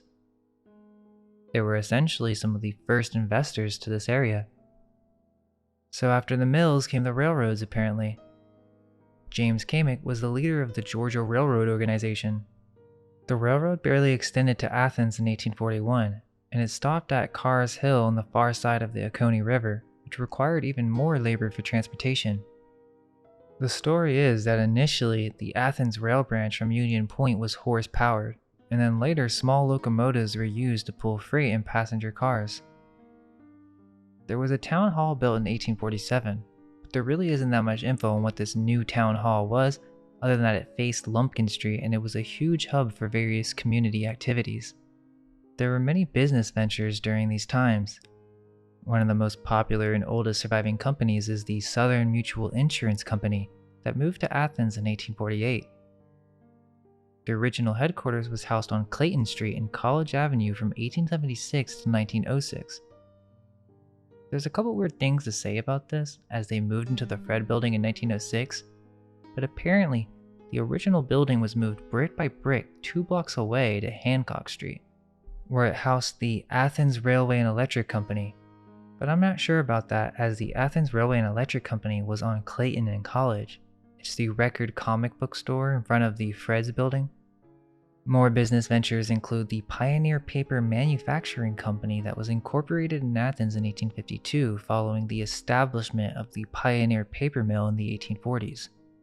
Also, the Athens Steam Company that was incorporated in 1850. Telegraph lines reached the town in 1852, and the Bank of Athens opened in 1856. Now, during this time before the Civil War, there were multiple hotels being started, such as the Franklin House, the Newton House. This led to tourism, including a British traveler named James Silk Buckingham, who actually described the whites in Athens as miserably pale and unhealthy, and described the mill conditions as quite dangerous. Around this time, there was the first suburb, created by the Cobbs family. It was called the Village of Cobham, which featured multiple Greek Revival mansions that would depend on large lots. There were also Gothic Revival style houses as well. Governor Wilson Lumpkin purchased land south of the town, establishing a plantation and building a residence known as the Rock House. This is the start of the Lumpkin family in Athens, which is also very influential in its founding. Joseph Henry Lumpkin and T.R.R. Cobb, along with William Hope Hull, founded the law school of UGA in 1859. William Hope Hull was also a Mason in the local Blue Lodge and Royal Arch chapter, Mount Vernon Lodge. The Phi Kappa Society at the University of Georgia was founded by Joseph Henry Lumpkin in 1820, when a disgruntled faction of the Demosthenian Society, including him, sought to create their own debating forum. In 1836, Phi Kappa managed to raise the funds to build their own hall, Phi Kappa Hall, which still stands directly across the North Campus quad from Demosthenian Hall. Another link to Freemasonry is the fact that all of the student speakers were members of one of the two secret literary societies on campus, Phi Kappa and Demosthenian, which were modeled in many ways on the Masonic fraternity. The printed program was likely brought to the Stokes family home in Madison, Georgia, by William Charles Young Stokes, who attended the university that year. His father, William Sanders Stokes, was a Mason. The program indicates that it was printed at the office of the Southern Whig, an Athens newspaper that was acquired earlier that year by Benjamin Perley Poore, a young Freemason and future journalist discussed elsewhere in the exhibition. So, Freemasons were associated with the media of the time. Most of the development of transportation infrastructure was through the construction of the state-owned Western and Atlantic Railroad, facilitated by Wilson Lumpkin. The successful completion of this railroad in 1851 is what they say contributed to the economic growth and connectivity of Athens. Not only were the Lumpkins a prominent family in Athens, but they're also connected with the Cobb family. There were prominent female figures from the Cobb family such as Laura Cobb Rutherford and Lucy Cobb, who was the daughter of TRR and Marion Lumpkin Cobb. The Cobb and Lumpkin families were prominent in Athens and Clark County, particularly in the areas of politics, law, and education. Marion Lumpkin, a daughter of Joseph Henry Lumpkin, married TRR Cobb. Joseph Henry Lumpkin was a significant figure in Georgia's jurisprudence and became the first Chief Justice of Georgia's Supreme Court. TRR Cobb was also a legal luminary and was instrumental in founding the law school at the University of Georgia. As a wedding gift, Joseph Henry Lumpkin gave his son-in-law TRR Cobb a Greek Revival mansion adjacent to his own home. In a small law office they shared on the property, they, along with William Hope Hull, as mentioned, founded the law school at the University of Georgia in 1859. The Lucy Cobb Institute, a prestigious girls' school, was named in memory of Lucy Cobb, the young daughter of TRR and Marion Lumpkin Cobb, who died of scarlet fever at age 13. TRR Cobb was the school's principal supporter, and the institute soon ranked among the finest girls' schools in the nation. Now finally, in 1859, the streets are being officially named, including Lumpkin, Clayton, Hancock, Prince, Thomas, and Baldwin. Then there's the Oconee Hill Cemetery that opened in 1856. This is super interesting, we'll talk about this later, but it replaced an old burial ground on Jackson Street. For some reason, Clark County in 1850 had over 21 churches for 5 different denominations, which seems strange. These churches were no easy feat. So that's the basic gist of the expansion period. I mean, there is more, but that should suffice for our presentation. Right before the Civil War, essentially Athens and Clark County had begun to succeed in prosperity, and none of it was shared with the black population, who were mostly enslaved or illiterate according to the mainstream story. Then came the Civil War, and to be honest, I don't buy many aspects of this narrative at all. It was a war of brothers, meaning they were Freemasons on both sides. Many generals and leading figures in both the Union and Confederate sides were Masons. They had the technology to take photos during this period, yet no photos of the actual Civil War exist. I'm not talking about people just sitting around under tents. I mean actual photos of the war do not exist, and the ones that we do have that include dead bodies were faked. The excuse is that exposure wouldn't allow them to capture the movement of war, but I'm not buying it. Then they say that freed slaves owned slaves in the South. What are we supposed to make of that? This includes the first slave owner in America being black. And also, Abraham Lincoln looks shockingly similar to Jefferson Davis if you ask me. Supposedly, Abraham Lincoln had African heritage. According to Lincoln's law partner, William H. Herndon, Lincoln had very dark skin, although his cheeks were leathery and saffron colored. and his face was sallow and his hair was dark, almost black. Abraham Lincoln described himself in 1839 as a long black fellow and his complexion in 1859 as dark. But there's also an entire wiki article on this, and they say that it's been largely dismissed, but it's just an interesting connection to consider, especially since he even called himself a slave. In the 2001 book Black People and Their Place in History, historian Leroy Vaughn alleges that Lincoln's father was African American and his mother had Ethiopian ethnicity, both of which may have explained his very dark skin and coarse hair. The political streets were talking too. His rivals campaigned using propaganda that depicted Lincoln as Abraham Africanus I, an African man. But for now, let's just continue. Athens played a role in the Civil War era. 8 of the 10 Georgia delegates to the Confederate Convention had attended Franklin College. Howell Cobb administered the oath of office to Jefferson Davis, and Thomas R. Cobb played a significant role in drafting the Confederate Constitution. Interestingly, Thomas R. Cobb noted the irony that Alexander Stephens, an anti-secessionist, became the vice president of the Confederacy. By 1860, Athens had become a hub of industry and intellect, not just within Clark County, but also in broader context. The population had grown to almost 4,000, half of which were white and half black. The town's political influence extended far beyond its geographical boundaries. The political atmosphere was said to be tense, with the community sharply divided between moderate and secessionist viewpoints.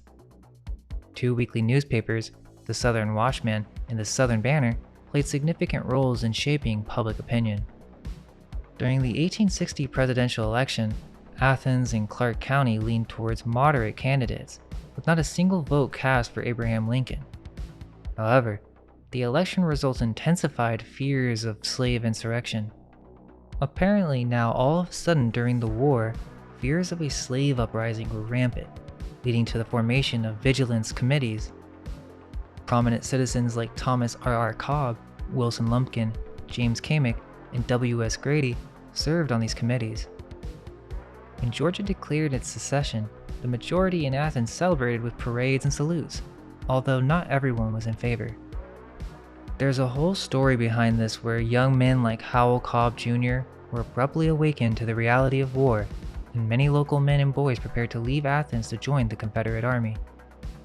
Various individuals, including Rufus Reeves, William G. Deloney, and Patrick Mell, took the initiative to raise troops. The Conscription Act of 1862 made every white male between the ages of 18 and 35 liable for service, later raising the age to 45. Older men and boys, as well as those exempted by their occupations, served in the Home Guard.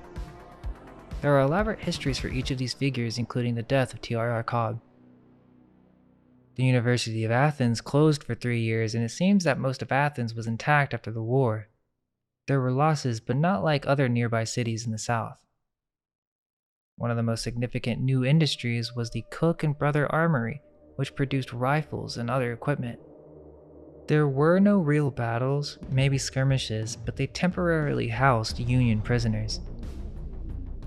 During the Civil War, it's said that slaves lived in a state of quasi-emancipation, enjoying a degree of freedom, but still owned by masters. Not sure what that's supposed to mean, but apparently the slaves had to stay informed about the war by stealing newspapers. Also, I find it weird that the slaves were fighting willingly with the Confederacy. Both Native Americans and African Americans fought to support slavery. Other stories say that they were forced, but still, perhaps we're not told the full story of what occurred. Here's a photo of some Cherokee Confederates, which is interesting because they have mixed features. Rewind 30 years for a moment. In 1830, a group of Indian nations, collectively referred to as the 5 Civilized Tribes, began to be forcibly removed from the state of Georgia. It was a genocide of the indigenous people. How are we to be certain that the estimated number of people relocated are accurate? The Smithsonian says 60,000, but it could have been more. Why would the government want to relocate people that had helped build communities, fight in wars? They intermarried. How would they draw the line on who was a Native American? Interestingly, over 4,000 slaves and others of African descent, such as spouses or freedmen, were also on the Trail of Tears accompanying the Native Americans. This ethnic cleansing took place between 1830 and 1850, 10 years before the Civil War. Perhaps there's a connection? Remember, the whole reason this is happening is because gold was found near Dahlonega, Georgia in 1828, the Georgia Gold Rush. What if the Civil War wasn't about slavery, but it was about land and resources? That there was a civilization that inhabited the southeastern United States, and the Union or new government wanted to come in and take something valuable from this area. Which is interesting because this also gets into what the historians call the vanishing Indian myth. It seems that there was a myth that was prevalent among the early US settlers that the Indian nation was dying out, that they were completely eradicated, or in other words, a paper genocide, when there's no written documentation. This means that a people can be made to disappear on paper. Historians say that this was a self-fulfilling prophecy associated with manifest destiny, the idea that white Americans were divinely ordained to settle the entire continent of North America. Well, there's a lot to break down, so let's continue on with the Reconstruction era to the Gilded Age. After the Civil War, the county was unscathed but somehow at the same time faced issues like eroded streets and neglected infrastructure. The southern economy was essentially destroyed, and now slaves had to figure out how to survive as freedmen. Also, anyone who wanted to participate in society with the business, send or receive letters, had to sign an oath of allegiance to the United States. In 1866, a number of Athens' leading citizens founded the National Bank of Athens to stimulate an economic recovery from the Civil War. Henry Hull Jr. was elected the first president. For its first 10 years, the bank operated in half of the Southern Mutual Insurance Company building on the northwest corner of Broad and Jackson Streets. When Southern Mutual built a new building in 1876, the National Bank acquired this 1855 structure. So apparently this two-story stuccoed brick building goes back to 1855. There is no history on what it was for over 2 decades, and then in 1876, when Southern Mutual moved to their new headquarters, the National Bank needed a new building, so they moved into this one.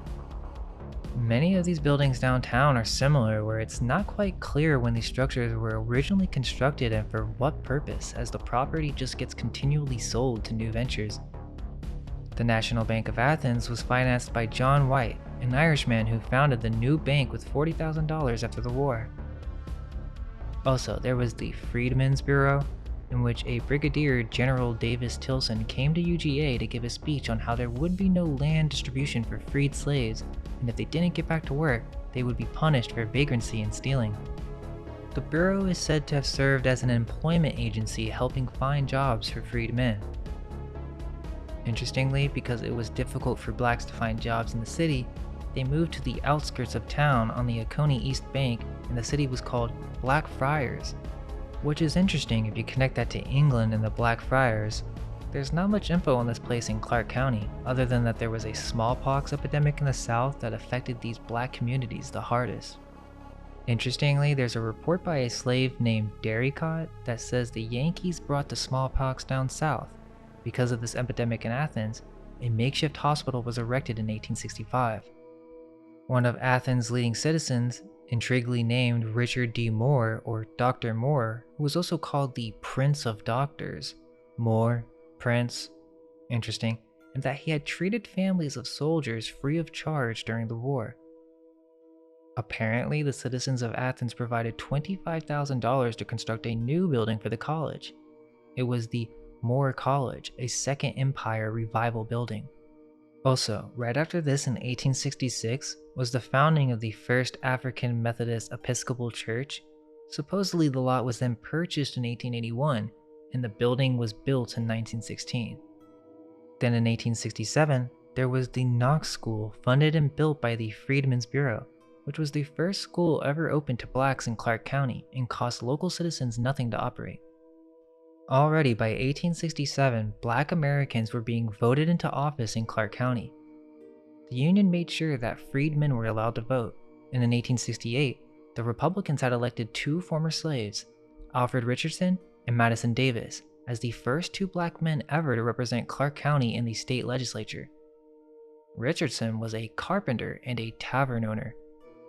Black Athenians developed their own media and press with newspapers like the Athens Blade advocating for equal rights. Now, after 1870, the population of Clark County began to grow during the Reconstruction, where we see wealth starting to rise in several black communities. In the 1870s, we begin to see a shift from Watkinsville being the seat of Clark County to Athens. Despite Watkinsville being described as a village, it remained county seat for 75 years.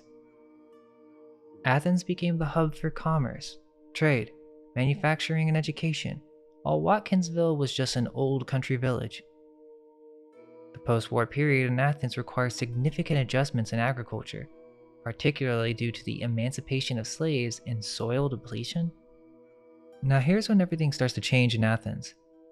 The Reconstruction age is starting to end, and we're moving into a massive development period, where we're told massive amounts of construction projects were taking place to create what we know as modern downtown.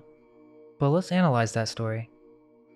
So apparently now a bunch of Yankee businessmen are coming down as philanthropists to help out with business expansion. Robert L. Bloomfield, a Yankee transplant, took over the Athens factory, rebuilt parts of the town after a fire, and was involved in various enterprises like cotton and woolen factories. Bloomfield served as the first board president of the Northeastern Railroad, while also a real estate developer, laying out what is now the Bloomfield Historic District. He contributed to the construction of churches and offered the first meeting place for the future founders of the Congregation Children of Israel in Athens. In the summer of 1872, he financed the re-fencing of the entire college campus of the university's new College of Agriculture and School of Engineering. Charles Morton Strahan, a key figure in Clark County's development, Strahan served as county surveyor and later as a county engineer. He mapped the county and extended its public road system. He was instrumental in pioneering innovative road building techniques, including a low-cost method that combined sand and clay for road paving. So the street paving program didn't occur until the end of the 19th century. So for those who might be new, let's clarify why we went deep into the mainstream history. It's our foundation for questioning the origins of many downtown buildings and their so-called histories. We have reason to believe that these structures were not built in the way that we've been told. Instead, they were already here and then were repurposed for factories, businesses, churches, schools, and government buildings. Sounds crazy if you're hearing it for the first time, right? But consider this. Many of these buildings actually have their first level below street level. That's a detail conspicuously absent from mainstream history, but it's right there for anyone willing to see it. So the crux of the matter is that we're not getting the full story when it comes to American history. That's why we delved into the Masons, a secret society bound by oaths to keep secrets. They're a part of a universal brotherhood that, according to their own rituals, traces its roots back to ancient times. They're the modern-day torchbearers of the Rosicrucians, who are also represented in the 18th degree of the Scottish Rite. The Rosicrucians aimed for a universal reformation of mankind through a science built on esoteric truths of the ancient past, which, concealed from the average man, provide insight into nature, the physical universe, and the spiritual realm, which they say had been kept secret for decades until the intellectual climate might receive it. These Freemasons didn't just practice masonry, they got a whole lot of free masonry. They inherited these existing structures and then penned the history we're told today. Now, one of the most intriguing aspects of these structures is the lack of construction photos. Sure, you might find a rare photo here and there, but there's no comprehensive documentation showing the various stages of construction for these buildings. Not to mention that photographs could have easily been manipulated. The usual excuses are thrown around: lack of technology, high cost, issues with exposure time for the photographs. Basically, a laundry list of reasons why there isn't better documentation. But these explanations don't hold water for a couple of key reasons. Firstly, it's evident that many of these downtown buildings, particularly those near Broad, Clayton, and downtown, are below street level. This implies that the streets were raised at some point. yet there's no official record of when this happened or why. This phenomenon is what those in the alternative history community refer to as mud flood buildings.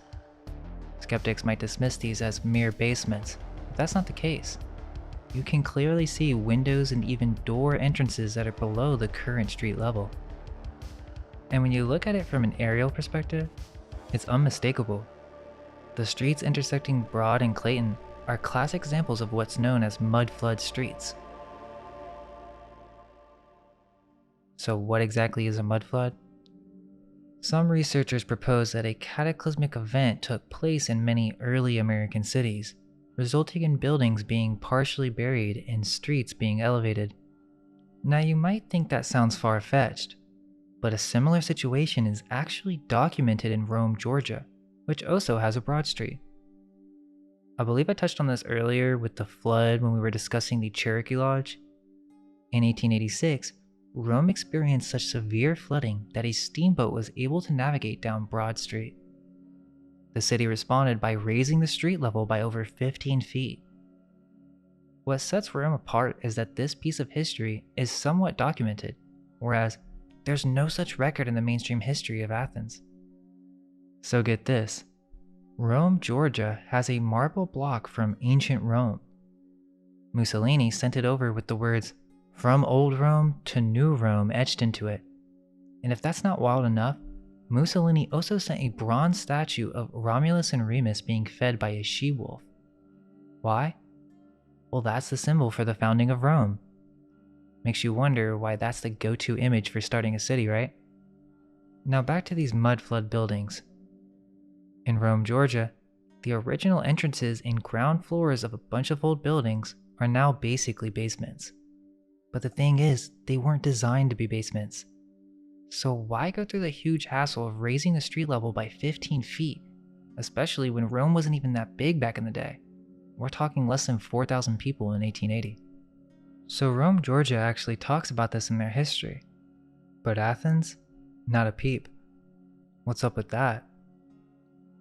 So let's talk about underground Rome for a second.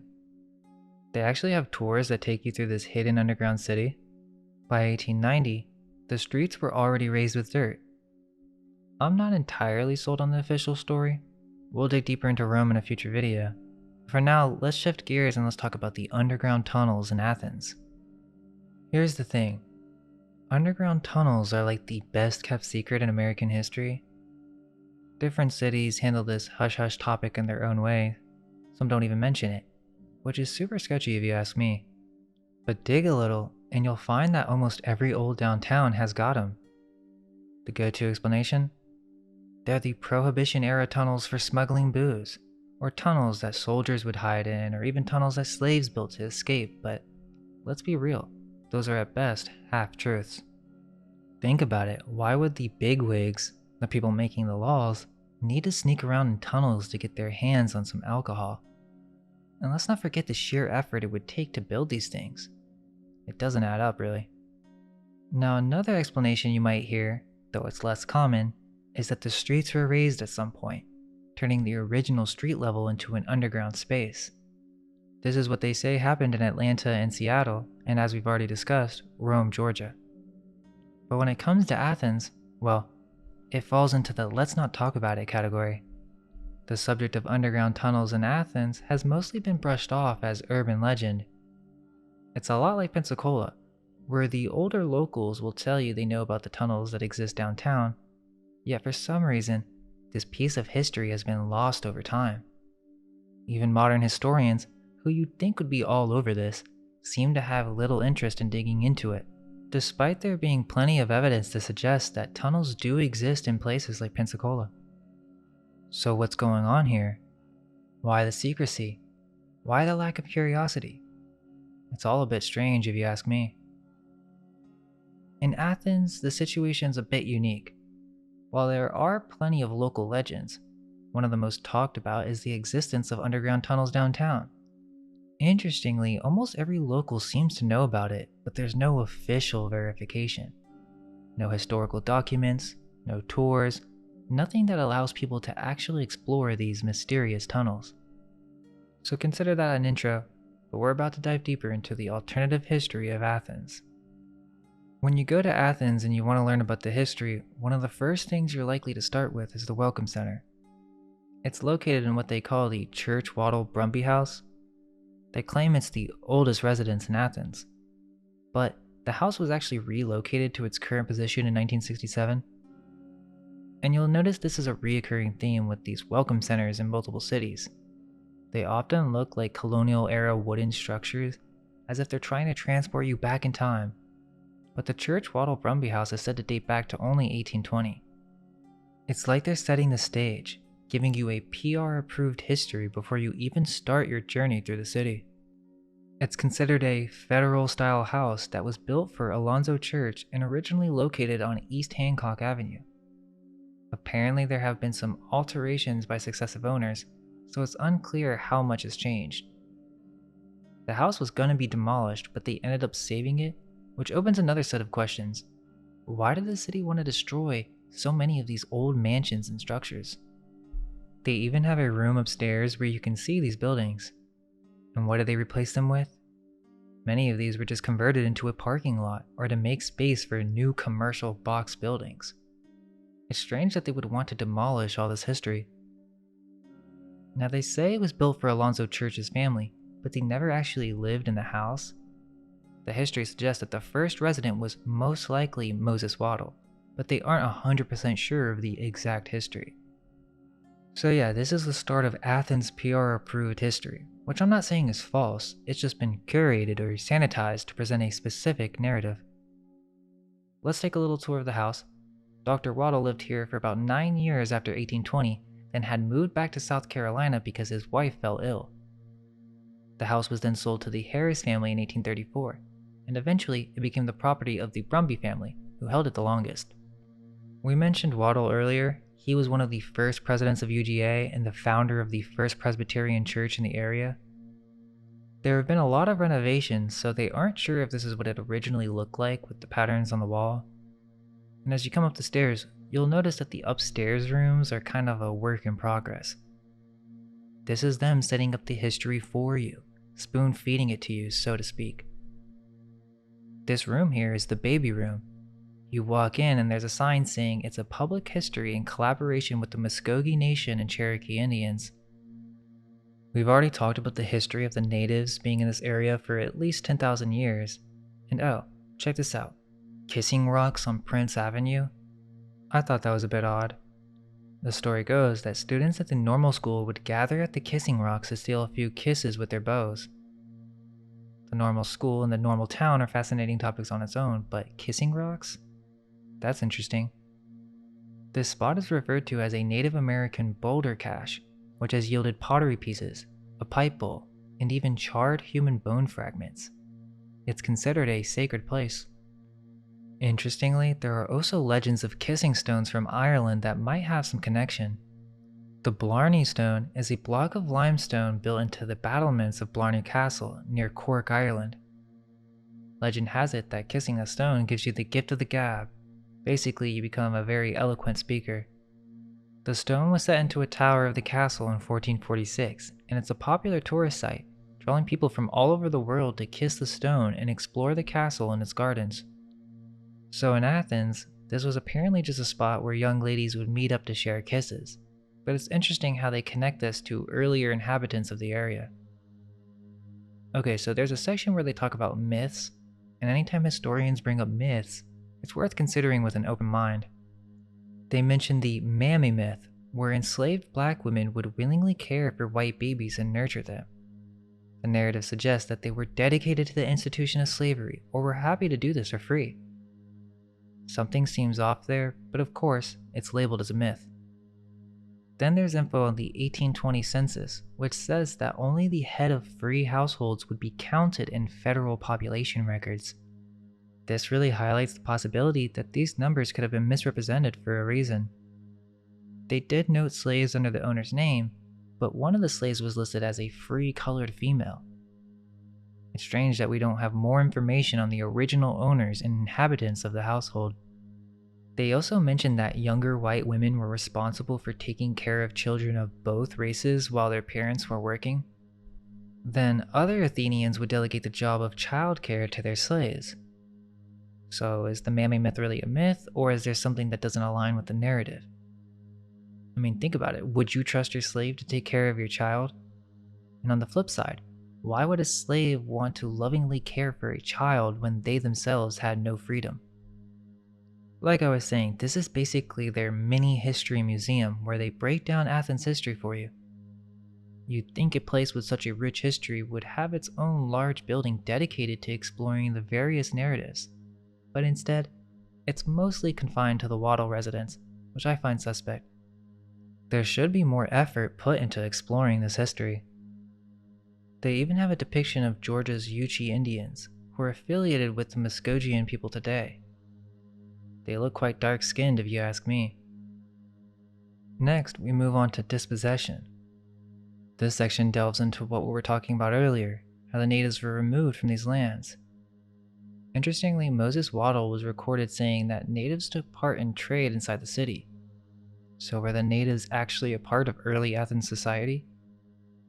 Yet at the same time, UGA founder and Freemason Abraham Baldwin was negotiating the Compact of 1802, aiming for the federal government to guarantee the removal of these natives from Georgia. Lumpkin was apparently the one spearheading this dispossession of the Cherokee and Muskogee tribes. These natives were signing treaties and, as we mentioned, even began participating in Freemasonry. Makes you wonder if there's more to this story. What's also intriguing is a depiction from 1789 that shows the plan of the ancient Chunky Yard. Ancient? These tribes had tawas, and in this depiction, there appear to be 3 large obelisks and 2 mounds. Now the story goes that Chunky was the most popular game among the southeastern Native Americans into the colonial era. Players would roll a stone disc and then throw poles or spears after it, aiming to land closest to where the stone stopped. They're basically suggesting that this was all built just for a game, but I'm not so sure. The idea was to roll a stone and whoever got their spears closest would win. Then there's this whole narrative about Minnie Davis. According to the accounts, historical figures like Dr. Waddle were kind to their slaves and treated them as equals. They even say that before the Civil War, the First Presbyterian Church had a large attendance of black people and several black preachers. So they were praying to be freed by the Yankees while also raising white babies? It begs a question. Why weren't there more revolts during the early period before the Civil War? You'd think we'd have more accounts from this time, but it seems like Minnie Davis is one of the few who get highlighted. So these slaves were secretly hoping to be freed, sneaking newspapers to stay informed, but also attending the same church as the white folks and taking care of each other's children. Then there's this section on the history of Native American acts. I was surprised to learn that Congress didn't repeal the Indian Removal Act of 1830 until 1980. That's pretty wild. And then they went ahead and created the Native American Student Association, or NASA. In Hebrew, the word NASA, or Nasha, means to lead astray or deceive. Of course, make of that what you will.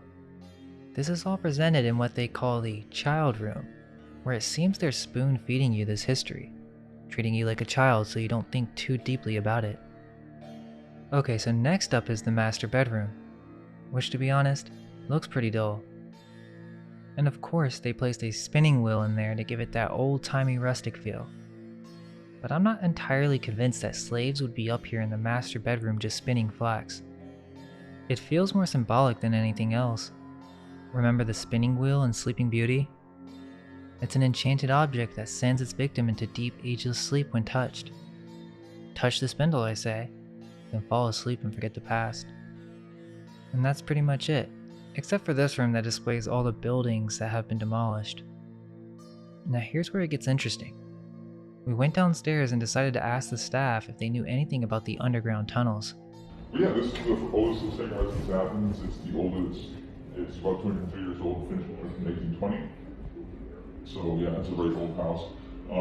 There's a lot of exhibits that we've already checked out most of the house and stuff. Yeah, I was looking at the demolished buildings up there. Yeah. All you need in the study room. Yeah, all those buildings were destroyed. They were destroyed around the time of the urban renewal development plan, because they were trying to like to re-urbanize and like kind of modernize the city. So they were trying to knock down old buildings and make way for newer buildings.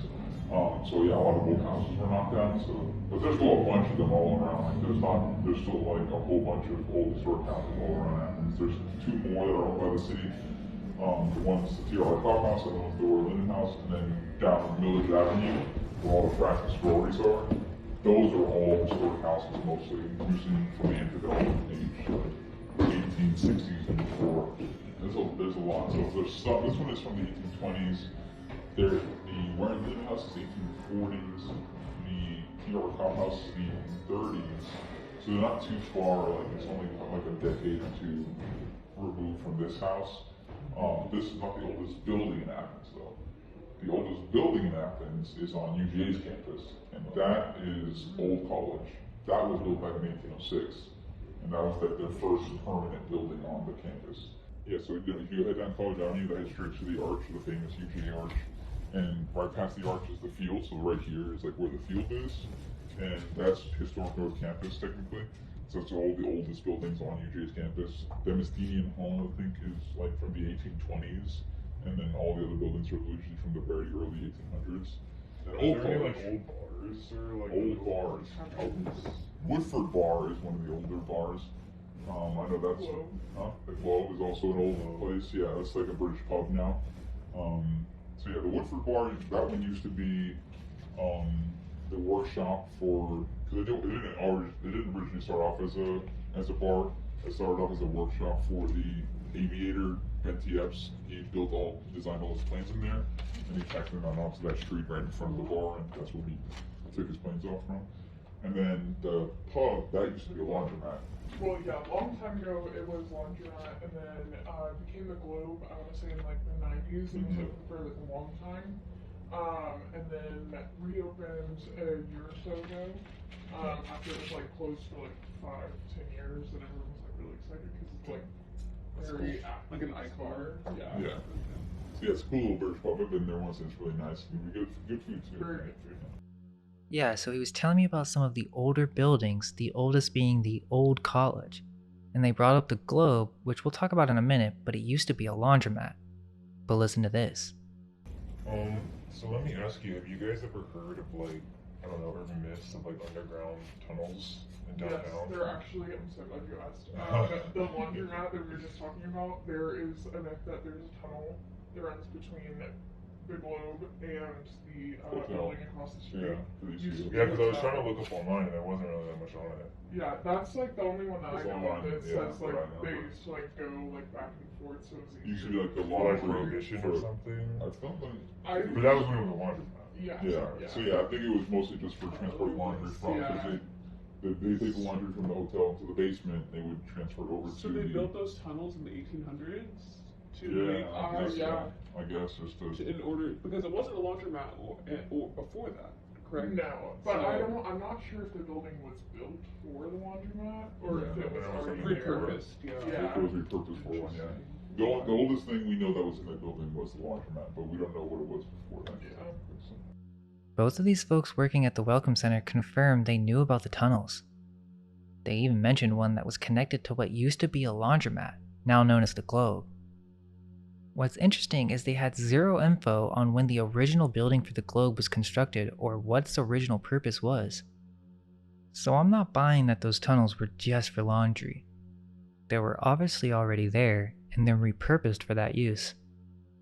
And this isn't the only place that utilized the tunnels for their business. After that, we kept exploring. We took a stroll downtown, which had a vibe similar to when we visited Charleston. The main streets to check out are Clayton and Broad, but before we dive into the buildings, let's rewind a bit to the Franklin College era and discuss the oldest existing structures in Athens. So for those of you from Athens, you probably heard about the Curse of the Arch. Legend has it, walk under the arch and you won't graduate. People seem to take it seriously. You can actually see students actively avoiding it. The area is stunning, really. It gave me a vibe similar to the College of Charleston, which is older, but still, this was a beautiful walk. The first thing you'll notice is the Holmes Hunter building. a pretty grand Greek revival structure. They say it's actually two antebellum buildings joined together in 1906. The first was a two-story classroom and library built in 1831, known as the Ivy Building.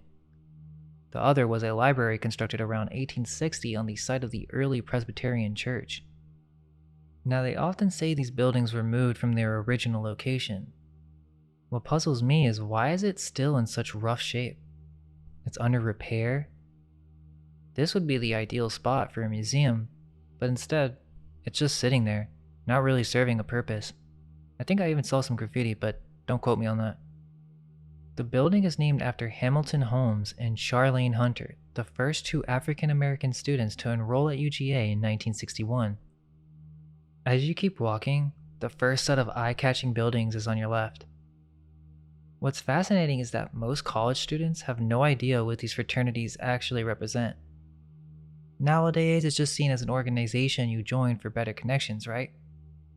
But what many don't realize is that these are essentially different lodges, directly tied to Freemasonry.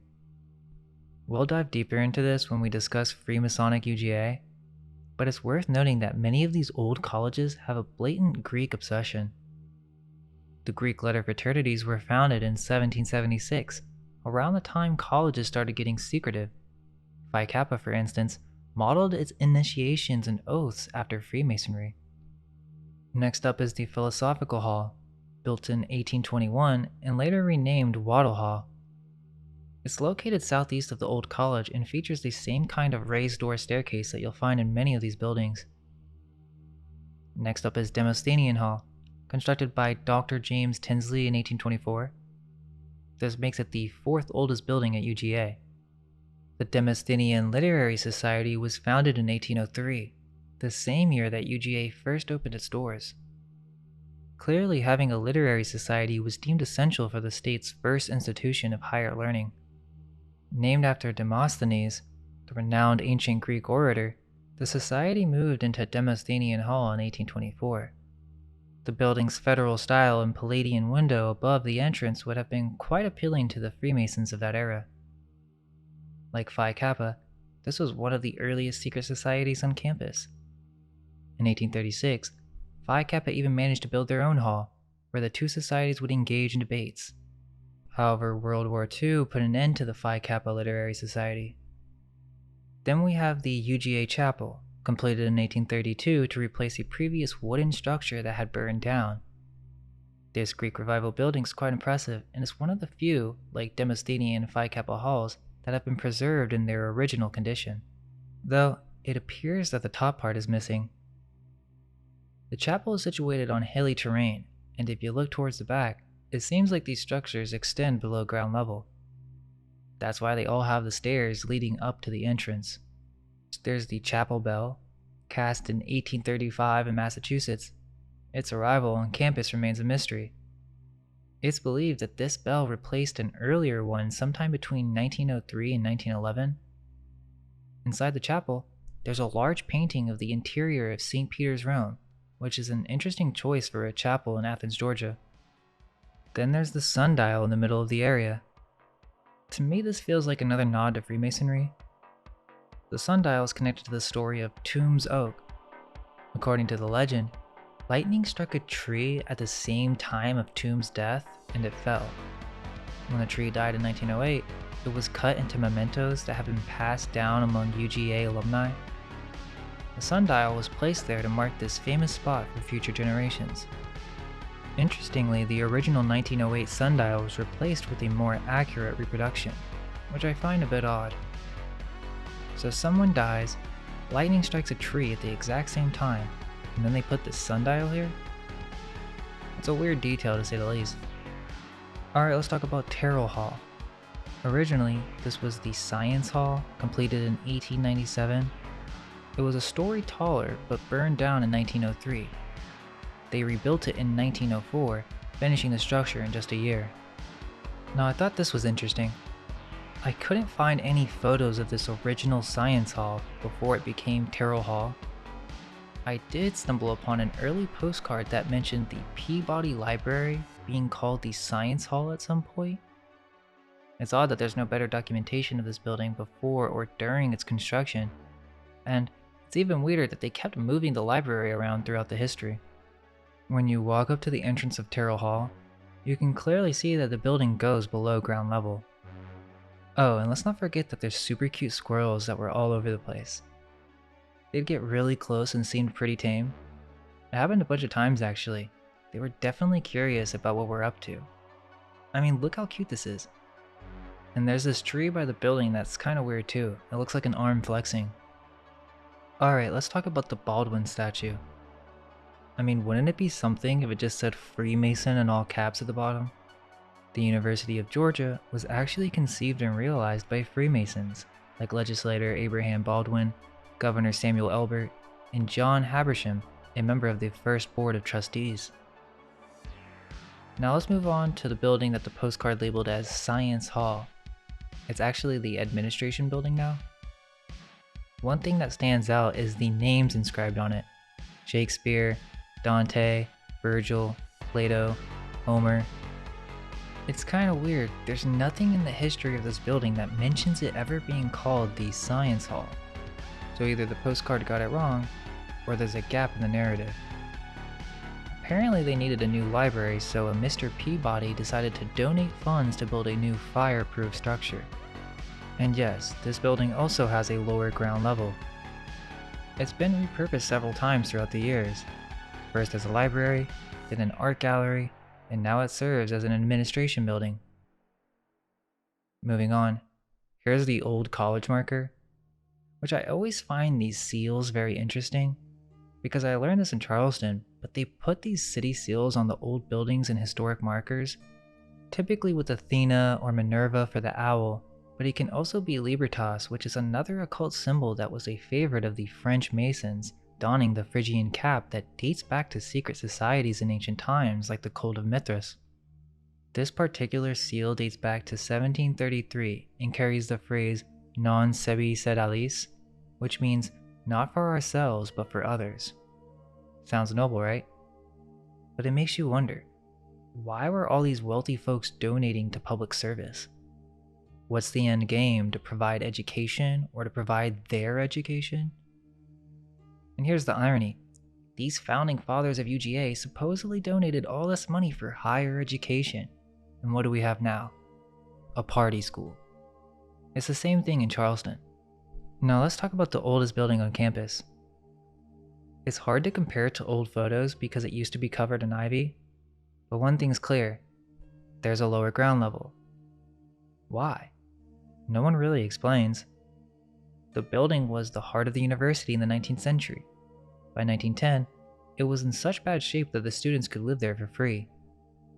They were going to tear it down, but instead, they layered on new bricks in the early 1900s. So what you see now is like a skin over the original 200-year-old structure. There is this story that slaves were kept in the basement during the antebellum period because there were bars on the windows. But apparently, the rumor isn't true because they weren't allowed to have slaves on campus. Okay, so I think that's the most important stuff. There is the 1951 library, which to me, those ones look like J's. But yeah, this is the newer main library that actually goes below ground too. I'm not saying it's old world or anything, but just found it interesting. Alright, let's dive into the haunted aspects of the campus. I won't go into extreme detail, but there are numerous accounts of murders, suicides, particularly one in Waddle Hall. But the most infamous case is in Joseph E. Brown Hall, where a student body had decayed for several days. The officials couldn't completely clean the room after death, so they just sealed it off. What's eerie is that there's a staircase that leads to nowhere, with a bricked up doorway and a photo of a hallway hung in front of it. The circumstances surrounding the death are described as bizarre, with the student found wearing only a t-shirt. Friends of the student insist that he wouldn't have taken his own life. Demosthenian Hall is also said to be haunted, possibly by Civil War ghost or Robert Toombs. So the old college area has its share of hauntings. While some of these may be attributed to tragic events, it's worth considering if the land itself is energetically charged due to its historical significance. Could there be something underground contributing to these hauntings? It adds another layer to the investigation. Alright, let's shift our focus back to the iconic buildings in downtown Athens, starting with City Hall. This structure is particularly interesting because, like many others, it features stairs leading to the second level. While it doesn't scream mudflood, there is a level that appears to go slightly below ground, along with a door situated under the stairs. Given that the building is also on elevated ground, it's possible that there might be more beneath the surface. Originally, City Hall was a multi-purpose building with 27 large rooms and various storage spaces. It featured an auditorium that could hold up to 300 people, an armory for the local military, offices for city officials, and even a space for the Chamber of Commerce. Now let's talk about the Spirit of Athens, or Athena statue. This figure holds a torch, which is often associated with Prometheus, the mythological figure who brought fire to mankind. The torch is a symbol of enlightenment and knowledge, but its presence here in the context of Athens is intriguing. Could there be a deeper meaning or connection? Oh, and also they have this whole story of the double-barreled cannon, one of the most unusual relics ever to be preserved from the Civil War. Originally designed by John Gilland of Athens and built at the local foundry in 1863, when an anxious community feared attack by invading northern armies. The idea was to load it with 2 cannonballs connected by a chain. When fired, the chain and balls would whirl out like a deadly flail, mowing down enemy soldiers in its path. But as history tells us, the test firing didn't go as planned. The cannonballs were uncontrollable, wreaking havoc rather than serving as a secret weapon. While the official story suggests that the cannon was a failed war experiment, there's another angle to consider. What if the cannon was actually used for demolishing buildings? The test firing did, after all, result in some significant destruction. According to eyewitness accounts, the cannonballs tore up an acre of ground, destroyed a cornfield, and even knocked down a chimney. One of the balls even went rogue and killed a cow in a distant field. So whether by accident or design, this cannon did manage to destroy some architecture. Around this time is where we saw UGA, so I guess let's just talk about that. Get this, the first mascot was actually a goat, I kid you not. And for people who may not know, riding the goat is an old common phrase that means becoming a Mason. It's an initiation ritual, and if you want to see what it actually connects to, I'd check out Christmas or Homunculus Unveiled. But yeah, the first mascot was the goat in 1892. The goat donned a black coat with red letters, UG, on each side. Okay, but let's come back to City Hall. The older Clark County Courthouse, built in 1876, is another fascinating piece of Athens' architectural history. This grand structure once served as the seat of government before the new City Hall was built. This was also the Athens High School from 1915 to 1952. So what happened to this historic gem? How did it end up being replaced by a Wendy's and a Captain D's? Why would such an important and historic building be allowed to fall into disrepair, let alone be demolished? This is also by the TRR Cobb House, which was originally built in 1842. But get this, they were going to demolish it or something, and then they moved it to Stone Mountain Park in 1984. Then they basically rebuilt it and called it restoration, but that's an entirely new building at this point. Okay, next structure is the First Presbyterian Church. It says founded in 1820 and erected in 1855.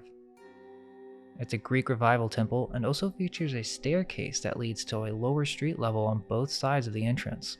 Then there's the courthouse, which doesn't seem that old or anything, but what caught my eye is that this is the only building I could find with your typical old construction photo. Scaffolding already up around the building. You'd think we'd see multiple stages documented. Let's keep in mind old world Photoshop and the idea that these early photos and postcards are typically staged to present these buildings. But still, this is the only construction photo I could find. There may be more, but a city with such a rich history throughout the 19th century should be well documented in the creation of all these buildings. We should see thousands of photographs, but we don't. Still, it's an interesting building and it looks like it goes below ground level as well. So the old post office or federal courthouse was supposedly built in 1906. No construction photos at all. And the Georgian Hotel? They say it was built in 1908. Again, no construction photos to be found. You'd think with such grand structures, we'd see better documentation of their construction in the early 1900s. If you go to the side of the building, it clearly goes below street level. You can see this inside too. Interestingly, there's a checkered floor on this lower level that leads to the bathroom. This place is also supposed to be super haunted. Workers have reported all sorts of paranormal experiences, feeling something's off, hearing noises, even feeling someone touch them from behind. Apparently it's not a ghost, but a poltergeist causing these disturbances. Since its opening, each room had both cold and hot running water, which was rare at the time. It also had elevators right from the get-go, freight elevators. People were so freaked out by these elevators that they had operators handle them. But there's also this really sad story about a young girl who fell to her death from the lobby. Now this story puzzled me. How do you fall from your death from the lobby? It would make more sense if the lobby wasn't on the first floor. I was doing some research and found out that apparently they say that there was supposedly an older building on the site before the Georgian Hotel. It was called the Market Street School, later renamed Washington Street School. This is the only photo I could find of this building that predates the Georgian Hotel. I'm not sure if I buy that. They often use this tactic to explain inconsistencies.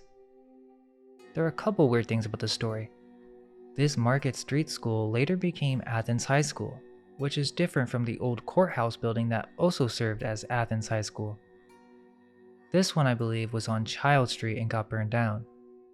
So it's a bit confusing why they were moving schools so much. So yeah, according to the narrative, there was a school where the Georgian Hotel now stands before it was built. But I'm skeptical. They don't even have construction photos of this building, it seems. The Federal Building Courthouse and the Georgian Hotel have a strikingly similar style of architecture. I asked a historian about this, and they had nothing to say about it other than that it was both done in federal style. But why build a hotel in the same style as a federal building? Interestingly, there's a parking lot in between the two buildings, and randomly we went down there and noticed something pretty strange. They don't even try to cover this stuff up, which is the weird part. You'll see more of this as we continue. But there's literally an old brick arch in the parking lot that is of the same architectural style, it's just missing the stucco. And it's been sealed off, but there's definitely something that goes back there, as they have power connected to it. Now what is that doing in a parking garage? Well, the most logical answer is that this is the remnants of lower parts of the building that were then converted into a parking garage. So, this is the lower area between the Georgian and the courthouse building, or what is the bank today. This is sort of near the hotel, but while we were walking around we saw a building where the stucco was peeling off and just thought it was interesting. A lot of these are just facades around the original old brick, and sometimes it's difficult to tell if it's been extremely renovated. Okay, so I guess let's move on to Clayton Street. From above, it's a beautiful downtown area with so many old world buildings to look at. Clayton is interesting because it seems to be a raised street. This will become more clear as we proceed, but we also walk down the mud-flooded streets as well so that you can see some of the entrances go below ground level. There's no doubt about it. Skeptics might say, oh, these are just basements. But then why would you build doors and windows into a basement? Seems like a flood risk. In fact, many of these downtown buildings are at a risk of flooding in the next 30 years. So why would they build like this? Unless it was your only option. There are a lot of pretty buildings on this street. We can't cover them all. The Mellow Mushroom building caught my eye. It has a lion that says Michael Bros, 1882. But apparently this was built in 1922 because a fire burned the building in the exact location before. Common theme here. The original building in 1893 was a 5-story building and the tallest in Athens at that time. Also, we'll talk about Oconee Cemetery later, but I don't want to forget that we saw the Michael family tomb there, which is a Greek temple. Also, there's a tunnel here that we'll discuss, but Augustin S. Clayton, whom the street is named after, is also a Mason. Speaking of, on the next block, let's talk about the Oddfellows. Now, most people starting their research won't know much about Oddfellows. I mean, think about it. The students at UGA don't even know about their history intertwined with Freemasonry. But it's not just one fraternity. There are multiple. The International Order of Oddfellows was the Triple Link Society. Sound familiar? The Georgia Seal? We have a whole video that breaks down their occult history and their deep association with almost every downtown, which almost always contains an old Oddfellow building. These architectures are typically very ornate and stand out. But here's the thing, they were also responsible for educating orphans. You'll often find Oddfellow orphanages, which is bizarre. The story goes that they were just a bunch of odd fellows trying to help out society with their philanthropy. Okay, so what's with these secret occult rituals? And what's their relation to Freemasonry? Because they seem to have a significant number of similarities. That's its own rabbit hole, but the Oddfellows play an important part in the history of Athens. Many influential figures at UGA were Oddfellows, including city officials. Now this is interesting because I couldn't find any official history or mainstream articles on this at all. It seems neither Red and Black nor UGA have discussed the history of lodges in Athens. There are no tours on this, so it definitely seems like a lesser known history. There were at least 2 Oddfellow lodges at one point on Clayton Street. I first figured this out because there was a postcard of Clayton Street that showed the Fred building from behind, and I noticed the 3 chains on this building where the Tina jewelry stands.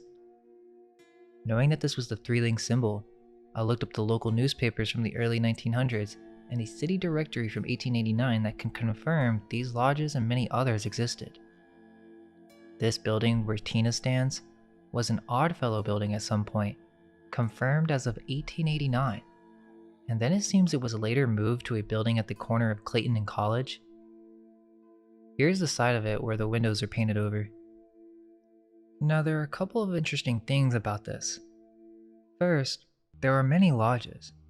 This is from 1889. Let me read you a few. You had Masonic lodges that met at the Booth Building in the Old Masonic Hall. Oddfellow lodges, and there was the Improved Order of Red Men, an Indian Masonic society. The Improved Order of Red Men claims direct descent from the colonial-era Sons of Liberty. Their rituals and regalia are modeled after those assumed by men of the era to be used by Native Americans.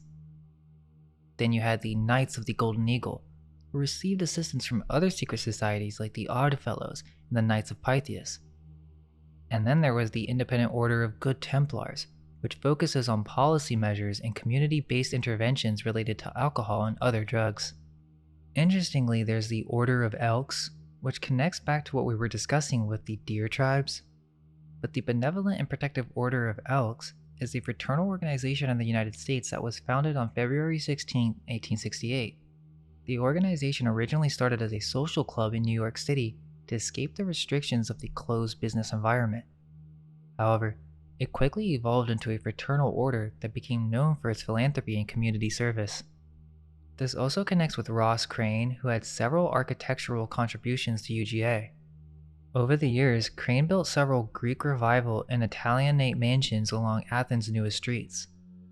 His own house has served as the chapter house for Sigma Alpha Epsilon fraternity since 1929.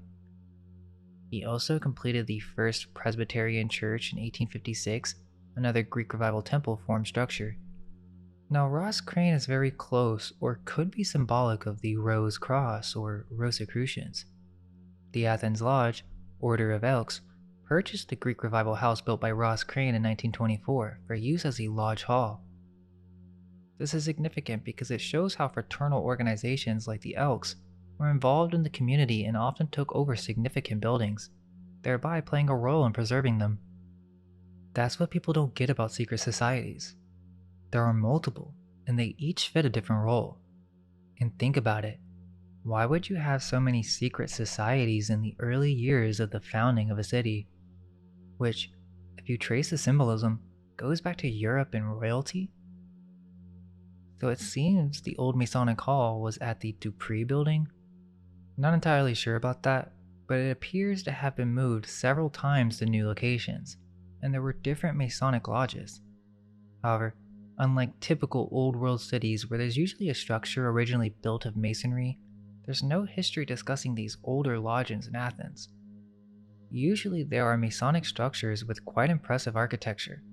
Take for example the Cherokee Lodge in Rome dating to 1877, or the one from Macon from 1876. But there doesn't seem to be one of that same status in Athens. Or if there is, perhaps this history was suppressed. Nowadays they'll say it's not a secret society, which in the modern day is true. Anyone can join, and it's mostly older folks involved in community service. But it wasn't like that in the early 19th century. Even in the 1889 city directory, they referred to them as secret societies. There were indeed secrets, and many of their ceremonies and rituals were eventually revealed to the public.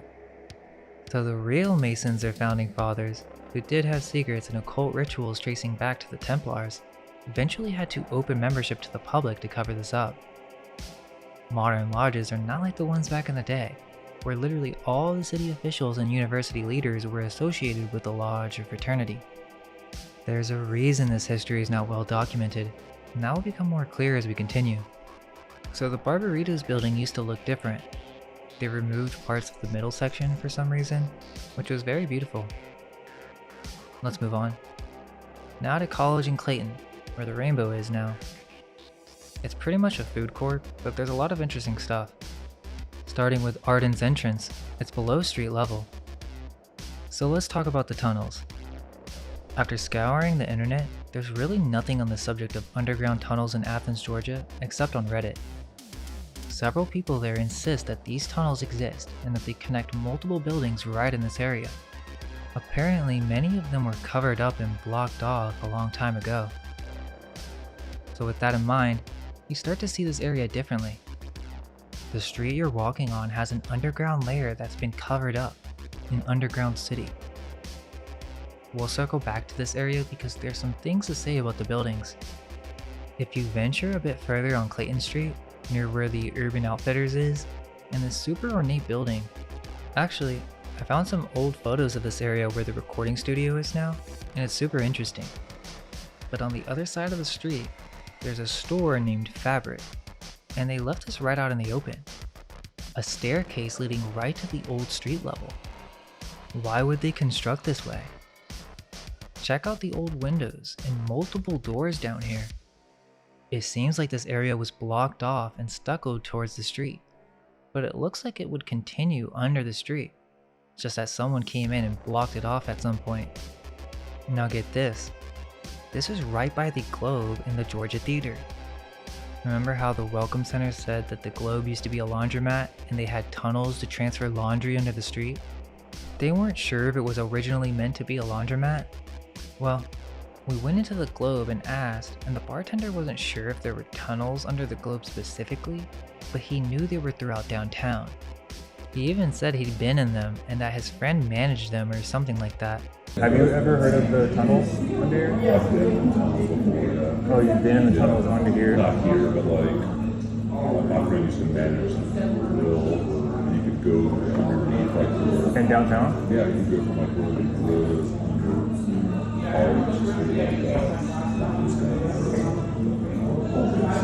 That's crazy because the Welcome Center told me that they know of one here. That's what they told me. Yeah, that's crazy. I was just wondering. Like the office section. Yeah. So if you go out like the patio area, just see some glass bricks. You can't see them there, you can see out of it, but you can see the light.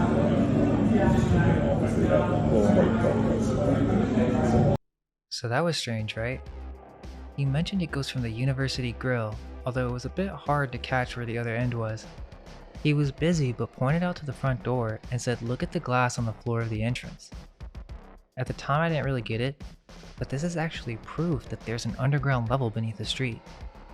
These are called pavement lights, designed to let light in from above into what they call a basement.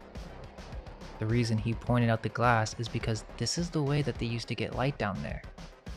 When I got home, I looked up this trademark and it says, Burger's Radiant Sidewalk Lights. Sidewalk lights? Why is no one talking about this in Athens history online? This is fascinating stuff and it's right at the door of the globe. This same trademark was also used in San Francisco, where it's more obvious that these are pavement lights. And this little brass sign from Burger's dates back to before the 1900s. There's one on eBay from 1886. So what's the takeaway? This confirms that there are tunnels under the globe, just like the guys at the Welcome Center said. But wait, there's more. Let's dive into the Georgia Theater. This used to be the YMCA building, and just look at how grand it was. This photo is from 1889, and it was supposedly built to be a YMCA. They even had a basement pool that was so popular, the splashing from the swimmers would put out the kerosene lamps lighting the place, or so the story goes.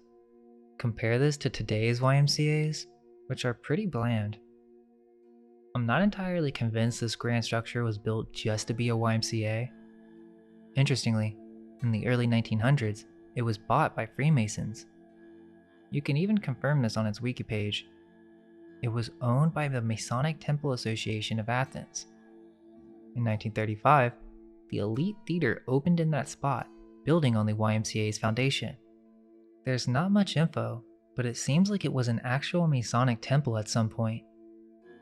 That would make more sense, given that the original building looks like your typical old world Masonic lodge. And there's this recurring theme where old Masonic buildings, usually the town's centerpiece, get converted into entertainment venues or theaters. Like in Pensacola, the Masonic building, one of the oldest downtown, was converted into vinyl music hall. It's just a pattern I keep noticing.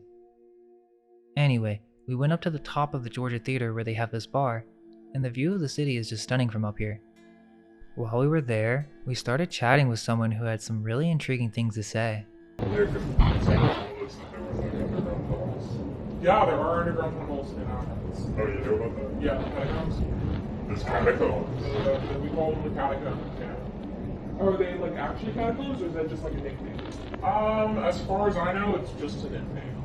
But there could be dead people in there. It's Athens. Athens has a very rich, haunted history. The globe is cool. I think the catacombs are more towards like that way. They have some like underground shops that have I saw a couple of shops that were pretty low below the street. Yeah, they go under, and as far as I know, that's I was just wondering if you knew about the underground tunnels. I did, yeah. I've Is heard it like a about it. well-known kind of like thing? I think it's like I think like the townies do know it, Yeah, but because there's like nothing online.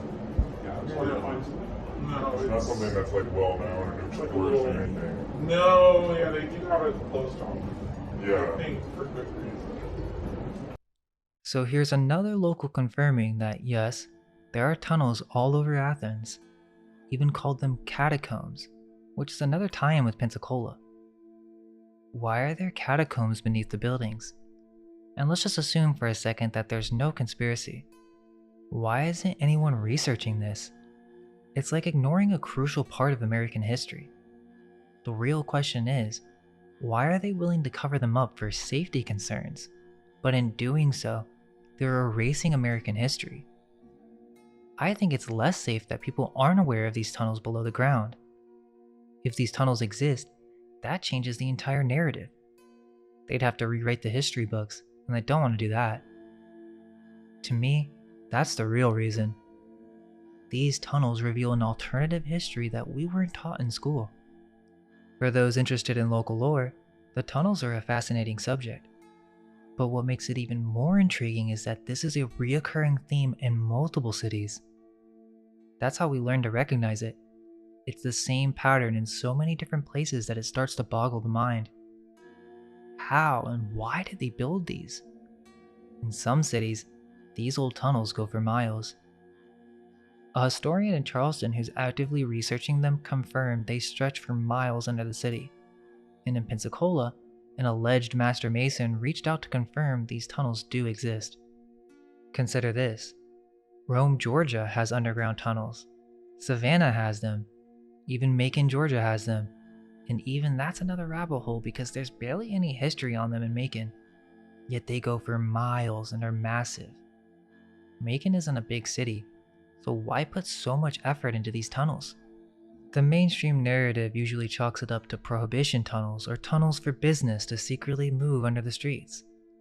But that explanation falls apart when you find out that many of the old Masonic lodges have tunnels connecting to the underground system as well. If it's just for prohibition, then why are there tunnels under so many old Masonic lodges? Perhaps this suggests that there's something we're not being told, and it's time to start looking at history with fresh eyes. Many older historians, while valuable, aren't willing to step outside their preconceived notions of history, whether for personal or professional reasons. It's up to the newer generation to dig deeper and learn more about our true history.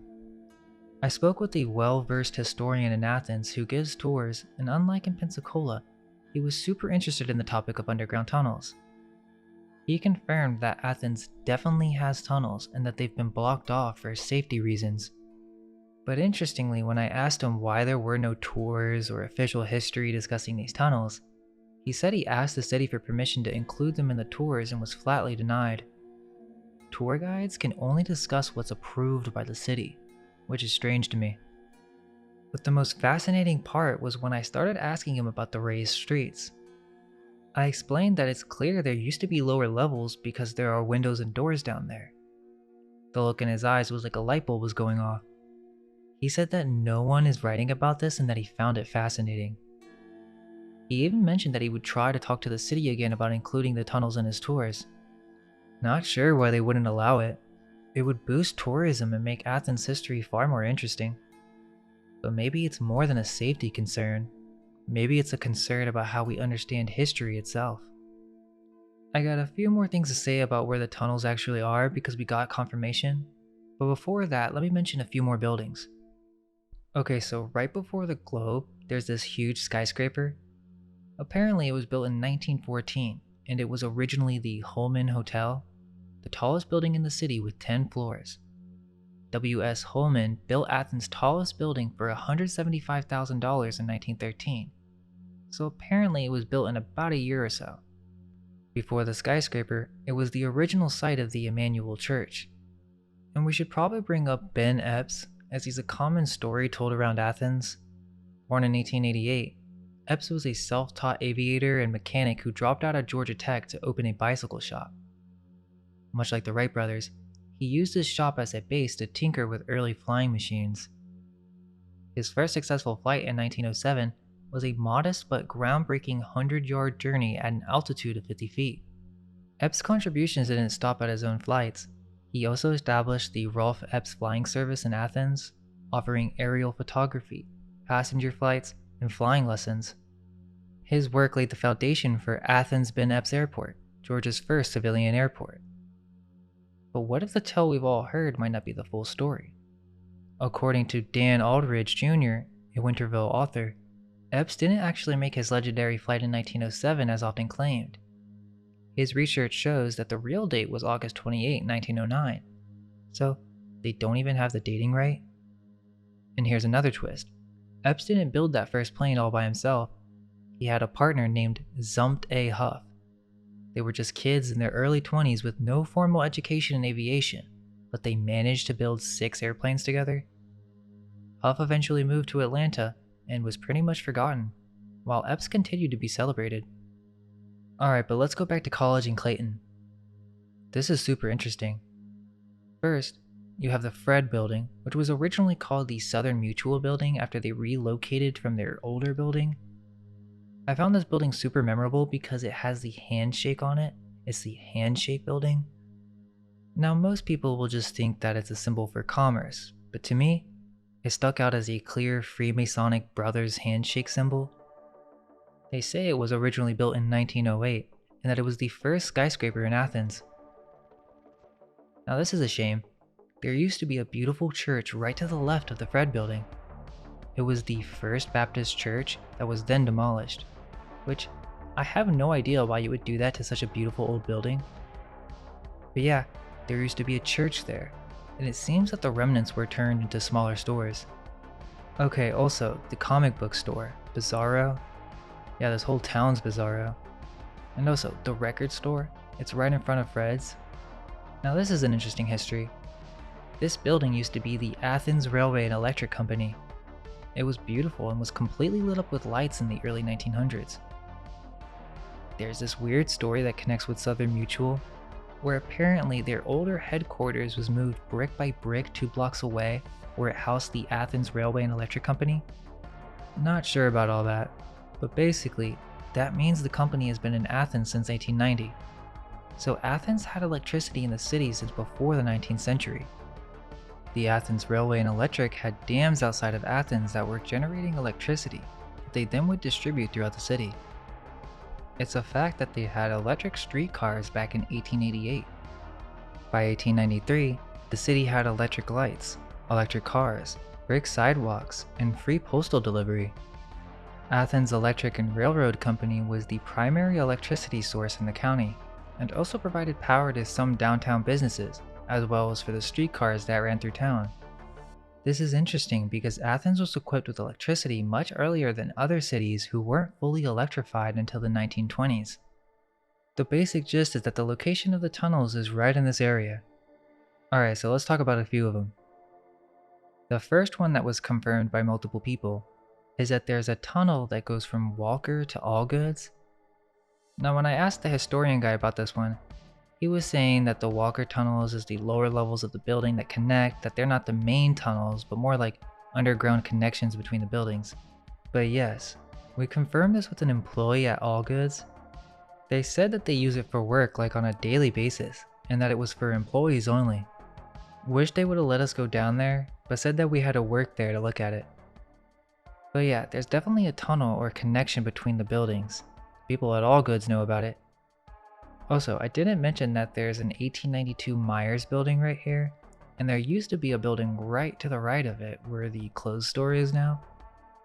Just seems so weird that they would do that. Here's a fascinating old photo of this area from the Myers building, where you can see the building that supposedly is the old Southern Mutual building that is in the exact location of the first skyscraper. A couple of things seem to be off about this photo. I wish there were more so that we could see what this place really looked like back then. But look at the power poles. They had lights and wires all throughout the city.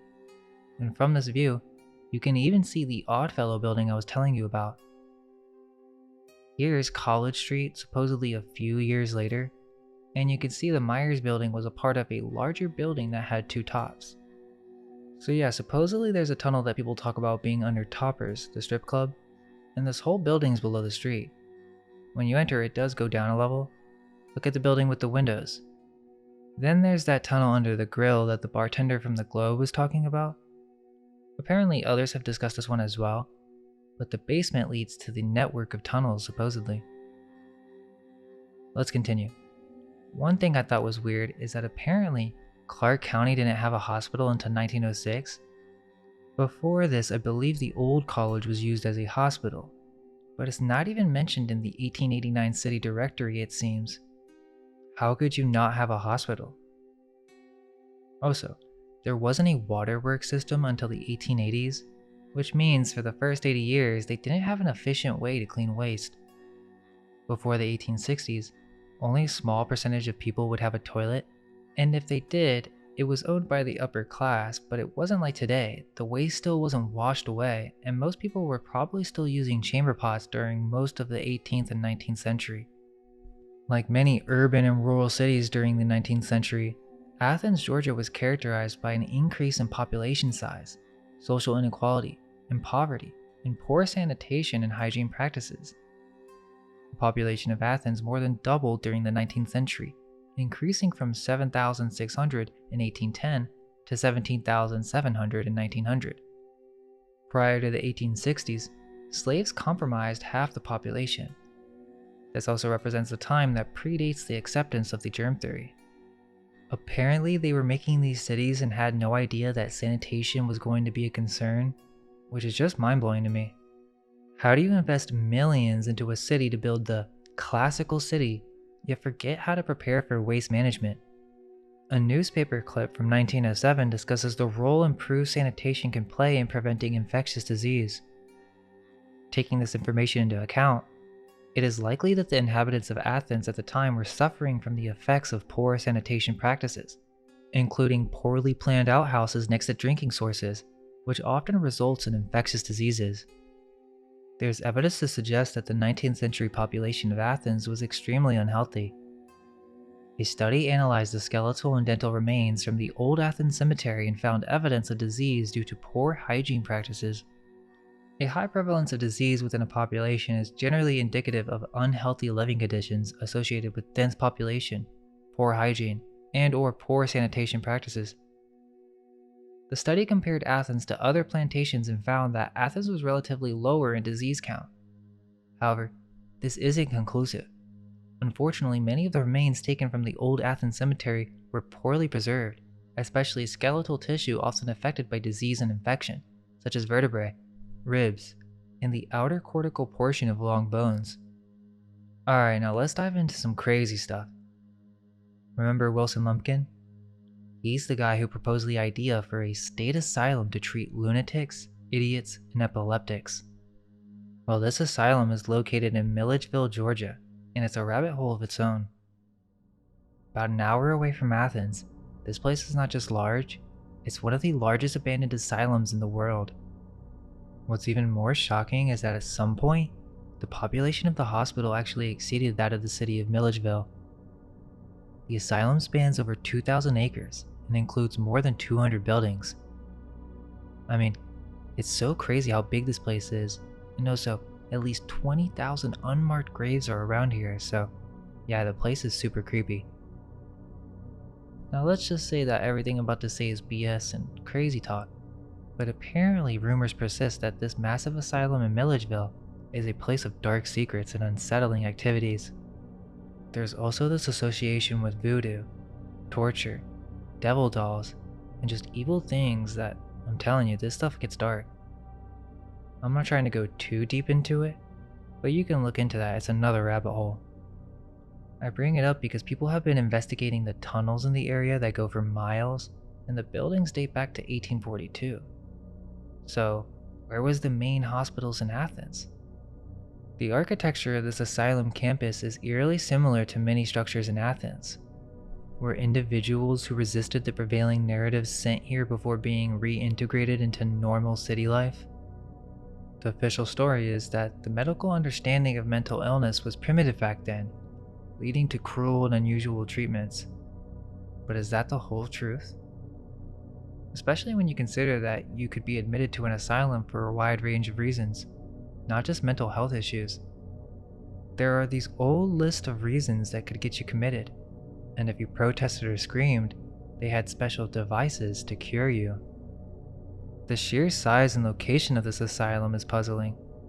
Why build something so massive in such a remote location? You know, it's really weird to me that there are multiple cities with the same name, and then you find the same street names in different towns. It's almost like they're using place names or templates over and over again. But yeah, there are other cities in the US that have the name Athens, like Athens, Ohio, which has this strange asylum with some interesting history. And then there's Athens, Texas, another city with its own hidden or lost history, especially the mystery of the underground tunnels. Oh, and then there's the story about a haunted monkey bridge, which is definitely a topic for another video, but I thought I'd mention it here since we're talking about Athens. Apparently, back in the 60s, some monkeys escaped from a derailed train and ended up killing the circus owners. Now, there are stories that these monkey ghosts are connected to the underground tunnels. Some say these tunnels were a part of the Underground Railroad and even shaped like a pentagram. But then the articles say that's not possible because of the ground conditions. But yeah, back to Athens, Georgia. One story that really stands out in Athens is about the Morton Theater. When I first heard about it, I genuinely thought Morton was a black man. The way it's often told, you'd think he was the first African American businessman in Athens. But after digging deeper, I found out he looks completely white. His full name is Monroe Bowers Pink Morton. People called him Pink, which was a nod to his complexion. So he was white, and so were his wife and kids. However, records do indicate his mother was African American. I might have missed it, but I was under the impression that the highlight of the story was him being one of Athens' earliest black businessmen. I was curious and asked if the building was always known as the Morton Building. Supposedly it was, but they weren't really that sure. Morton was quite the entrepreneur. Not only was he a businessman, but he also was a building contractor. He owned over 30 buildings, with the Morton Theater being the crown jewel. This building was once the heart of the downtown black business district. Morton's achievements are even more remarkable when you consider he was one of the wealthiest black or mixed-race millionaires during the Jim Crow era. Now don't get me wrong, it's a fascinating story, but some parts seem a little bit off. For instance, Pink Morton was also a politician, active in the 1884 Republican National Convention. He even served as the U.S. Postmaster of Athens, Georgia, and he wasn't the only influential Morton. There are several other Mortons in Athens history, and even American history, who held significant positions of authority. Another similar name that pops up is Charles Morton Strahan. Now this is the guy that claims to have come up with a unique road paving method dubbed the Clark County Method. Given his supposed major role in road development, it makes me wonder, was his innovative method somehow linked to the peculiar elevation of the streets? Check out this photo of Broad Street from 1880. Oddly enough, the streets appear raised, even before any paving. But back to Pink Morton. By 1914, he was juggling roles as the owner, publisher, and editor of the Progressive Era, a local black newspaper. Unfortunately, few copies of the newspaper are known to have survived from the period of his ownership. 5 years after establishing this newspaper, Monroe Bowers Pink Morton died at the age of 66. Also, interestingly, this theater is rumored to be haunted. People most often report sightings of children, although some accounts include sightings of old men with beards or unexplainable noises. I thought it was very strange that there would be ghosts of children here, and that doesn't really go with the story of the theater. Supposedly children used to work there in the early days. Continuing, the State Normal School had some interesting architecture from 1891. Old Rock College was selected by the Prudential Committee, who were appointed building committee of the Board of Trustees of the University of Georgia. The cornerstone was laid by Mount Vernon Lodge No. 22 on July 4, 1860. It was called by the authorities the University High School, but as the native rock found upon the spot was used in the construction, it was commonly called Rock College, a name which it still bears. So this area became what's known as Normaltown? I found that kind of interesting, especially since Normaltown and Athens boast several old world structures, many of which have buildings that extend below street level. Nearby is the Winnie Davis Hall. I always found it odd because normal schools were designed to train teachers in the norms of curriculum. So was this a place to train educators on what's considered normal for teaching? Does that imply they didn't want people thinking outside the box? There was also mention of a Muskogee Elementary School in the vicinity, but details on it seem scarce. Now into the Oconee Hill Cemetery. I'll get into the tunnel topic later, but for now, let's focus on this area itself. It's absolutely beautiful. The gravestones are very detailed, and there are many sculptures and obelisks. A lot of the obelisks have this veiled symbolism, which we found super interesting. There's a lot of marble, and some of the graves are among the most intricate that we've seen. I noticed graves with inscriptions in different languages, including a few in Hebrew near the Michael's Temple. Some of the older tombstones were extremely moldy. There were several Freemason gravestones, which I thought was noteworthy. There were also these Templar-shaped iron signs throughout the cemetery, some dating back to 1865. And then there's this ironwork, especially around the graves. It's detailed and super unique.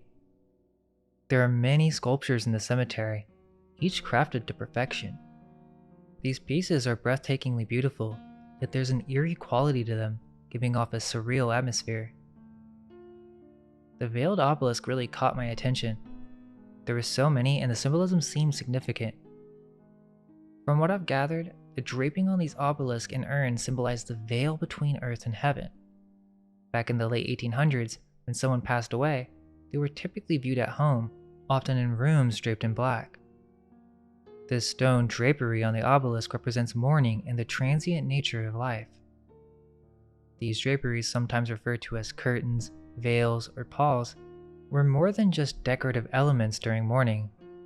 They held symbolic importance, especially during the Victorian era, as public cemeteries became more common and gravestones became a way to memorialize the departed. The design and symbolism of the tombstones grew more intricate. That seems to be the mainstream story, but it's also a common practice in Appalachian Christian culture to have what's called a wake, wherein the dead are shrouded in a white cloth and their family members sit with them, sometimes called sitting with the dead. A wake is particularly of Irish and Scottish origin. It's a time of vigil and gathering after a person's death, and usually before burial. A particular structure in the cemetery stands out prominently. Intricately carved, it features what appears to be a device or an ornate steeple, dating back to 1860. This monument is undoubtedly one of the most captivating graves in the area. The craftsmanship alone suggests a significant investment. The name inscribed on it belongs to Sarah Jane Taylor, the wife of Richard Deloney Taylor, who passed away at the tender age of 27. Originally, an angel graced the top of the Taylor mausoleum, but after sustaining damage, it was tragically destroyed by vandals in 1981. In a further act of desecration, in 2004, 3 skulls were stolen and remain missing to this day. The grand lumpkin pillar, crowned with an urn and a veil, is another notable structure. Among the many monuments, the marble ones especially draw attention. Oconee Hill Cemetery opened its gates in 1856. Interestingly, several graves predate the cemetery's establishment. These graves were relocated from the old Athens cemetery when its size was reduced. Originally spanning around 6 acres, the old Athens cemetery saw many of its graves moved to Oconee Hill. However, some graves remain in their original location at Old Athens, even though their headstones or markers were transferred to Oconee Hill. Reports also suggest that this section of the cemetery is rife with paranormal activity, from whispered voices to unusual weather patterns and even encounters with shadowy figures that chase visitors. Tales speak of a misty apparition transforming into a long-horned goat and a ghostly carriage that traverses the cemetery's bridge on full moon nights. There's also mysterious lights, including one resembling a lantern. A notable mausoleum in the cemetery appears to predate the official opening date of 1855. The Hunter Mausoleum's first resident was Captain Nathan Witch Hunter, a Mexican war veteran who passed away in 1849. Born on August 23, 1811 in Hancock County, Georgia, Nathan was the son of War of 1812 veteran Colonel Archibald Russell Spence Hunter and Elizabeth Witch Lucas Hunter. In 1829, he entered West Point and, according to his diary, found the place initially distasteful. Atop the mausoleum is a peculiar emblem, an upside-down pentagram within a star, accompanied by a cross formed by a trumpet and a spear. This could possibly be a symbol for the 2nd Dragoons. This place is known as Oconee Hill Cemetery, and one thing that stuck out is how much of it is set on different mounds. Once you cross the bridge, it's pretty hard to miss. Also, there's a bunch of bricks laying around. I'm not sure why they're there, but to me, it feels like there's something buried under these mounds. Especially the ones at the back. From a distance, it almost looks like layered brick. Now about the UGA tunnels. There are rumors of old tunnels all under the campus, but there's another well-known tunnel that's said to run beneath the stadium. I'm not suggesting it's old world or anything, but it's intriguing that such a large tunnel exists, supposedly stretching from here to Tate. There's not much info out there about this tunnel. It might just be a runoff, but still, it's pretty cool. It's located at the back of the cemetery, near the largest mound. There's a spot where if you follow the stream pointing towards the stadium, you'll see that it goes into a tunnel. The area around it's actually quite beautiful. Okay, so I'm at the back of the graveyard, and here is the tunnel entrance, the famous tunnel that goes under UGA. It's pretty big. Cement. Let's see how I can get down here. Alright, okay, that's a big bug. Big spider. I don't know if you can see that. I'm not gonna go down that way. Let's see.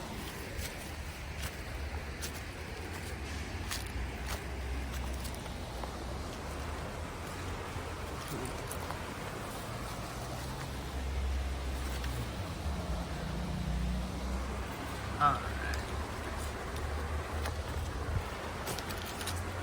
Whoa. This is insane. Alright, hold on, let me back this up. So yeah, I guess this is the entrance that everybody's been talking about. It's real. Let's see. So yeah, my bad, the phone got cut off when I jumped. But I did get a really good shot of the tunnel, and couldn't really find any official information or pictures online of it, so it's cool to see it in high quality, which is pretty awesome. But yeah, supposedly teenagers would come through here and sneak in the game or something. I'm not really sure. We didn't go down it, but seems like it goes for quite a distance. So there are definitely underground tunnels, but this is not the old world tunnels that people are talking about downtown.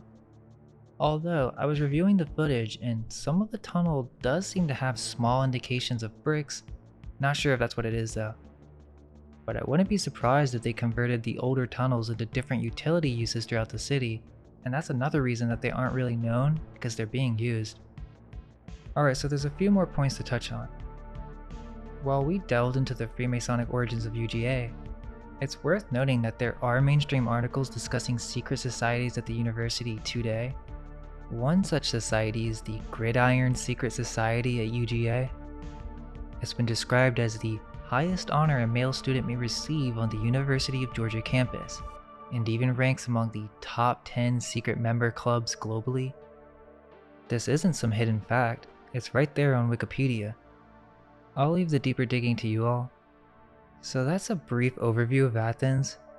The investigation's still going, and while we don't claim to have all the answers, for those curious about our thoughts on the tunnels in the bigger picture, let's delve into some of the prevailing theories surrounding these mysterious underground passages.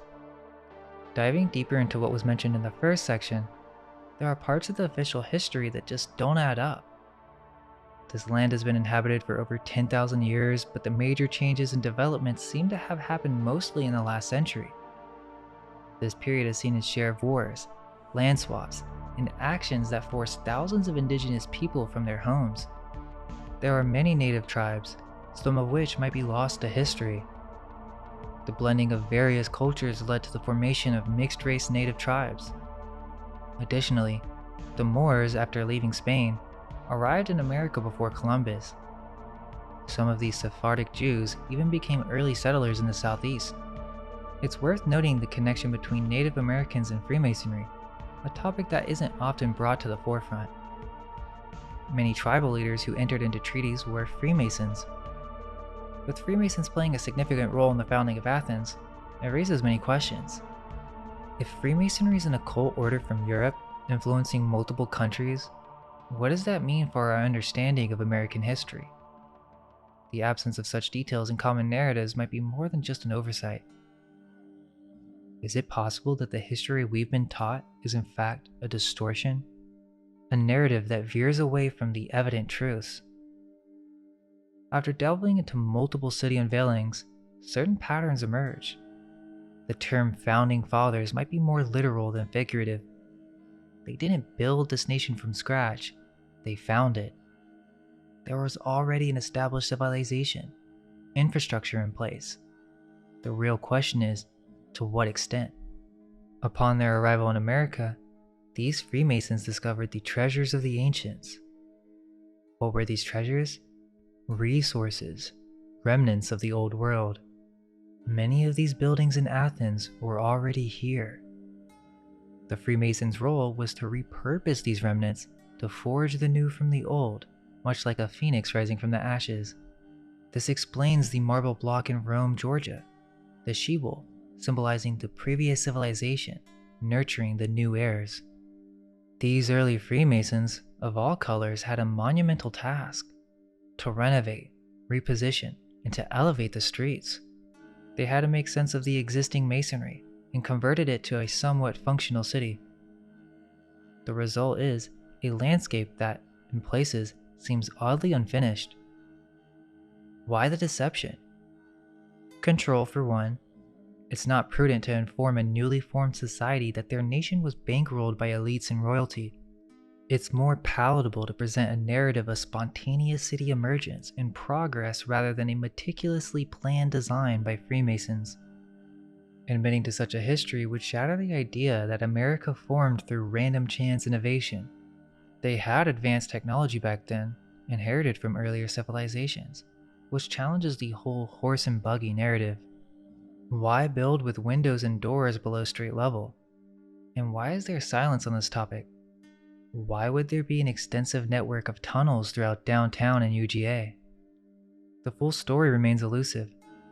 This topic has been explored in other discussions, leading to theories about Tartaria, suggesting an advanced civilization existed in America before the Founding Fathers. This civilization could have crossed the Bering Strait, establishing cities throughout the Northwest, eventually moving eastward. These architectural styles seen in the US can be found globally, with some structures rivaling the centuries-old marvels of Europe. Whether it's Tartaria or another civilization isn't the crux of the matter. The key takeaway is that these cities were inherited, and the history we've been handed is at best incomplete. Feel free to make your own conclusions and share them, but hope you enjoyed that breakdown of Athens. We'd love to do more, so if you enjoyed this, share it with your friends, especially if you're in Athens. Tell people about us, maybe consider checking out our first book. And other than that, all we can hope is that our minds may be unveiled. Let go of everything you think to be true. Relax the mind and ask the question, do I truly understand what this reality is?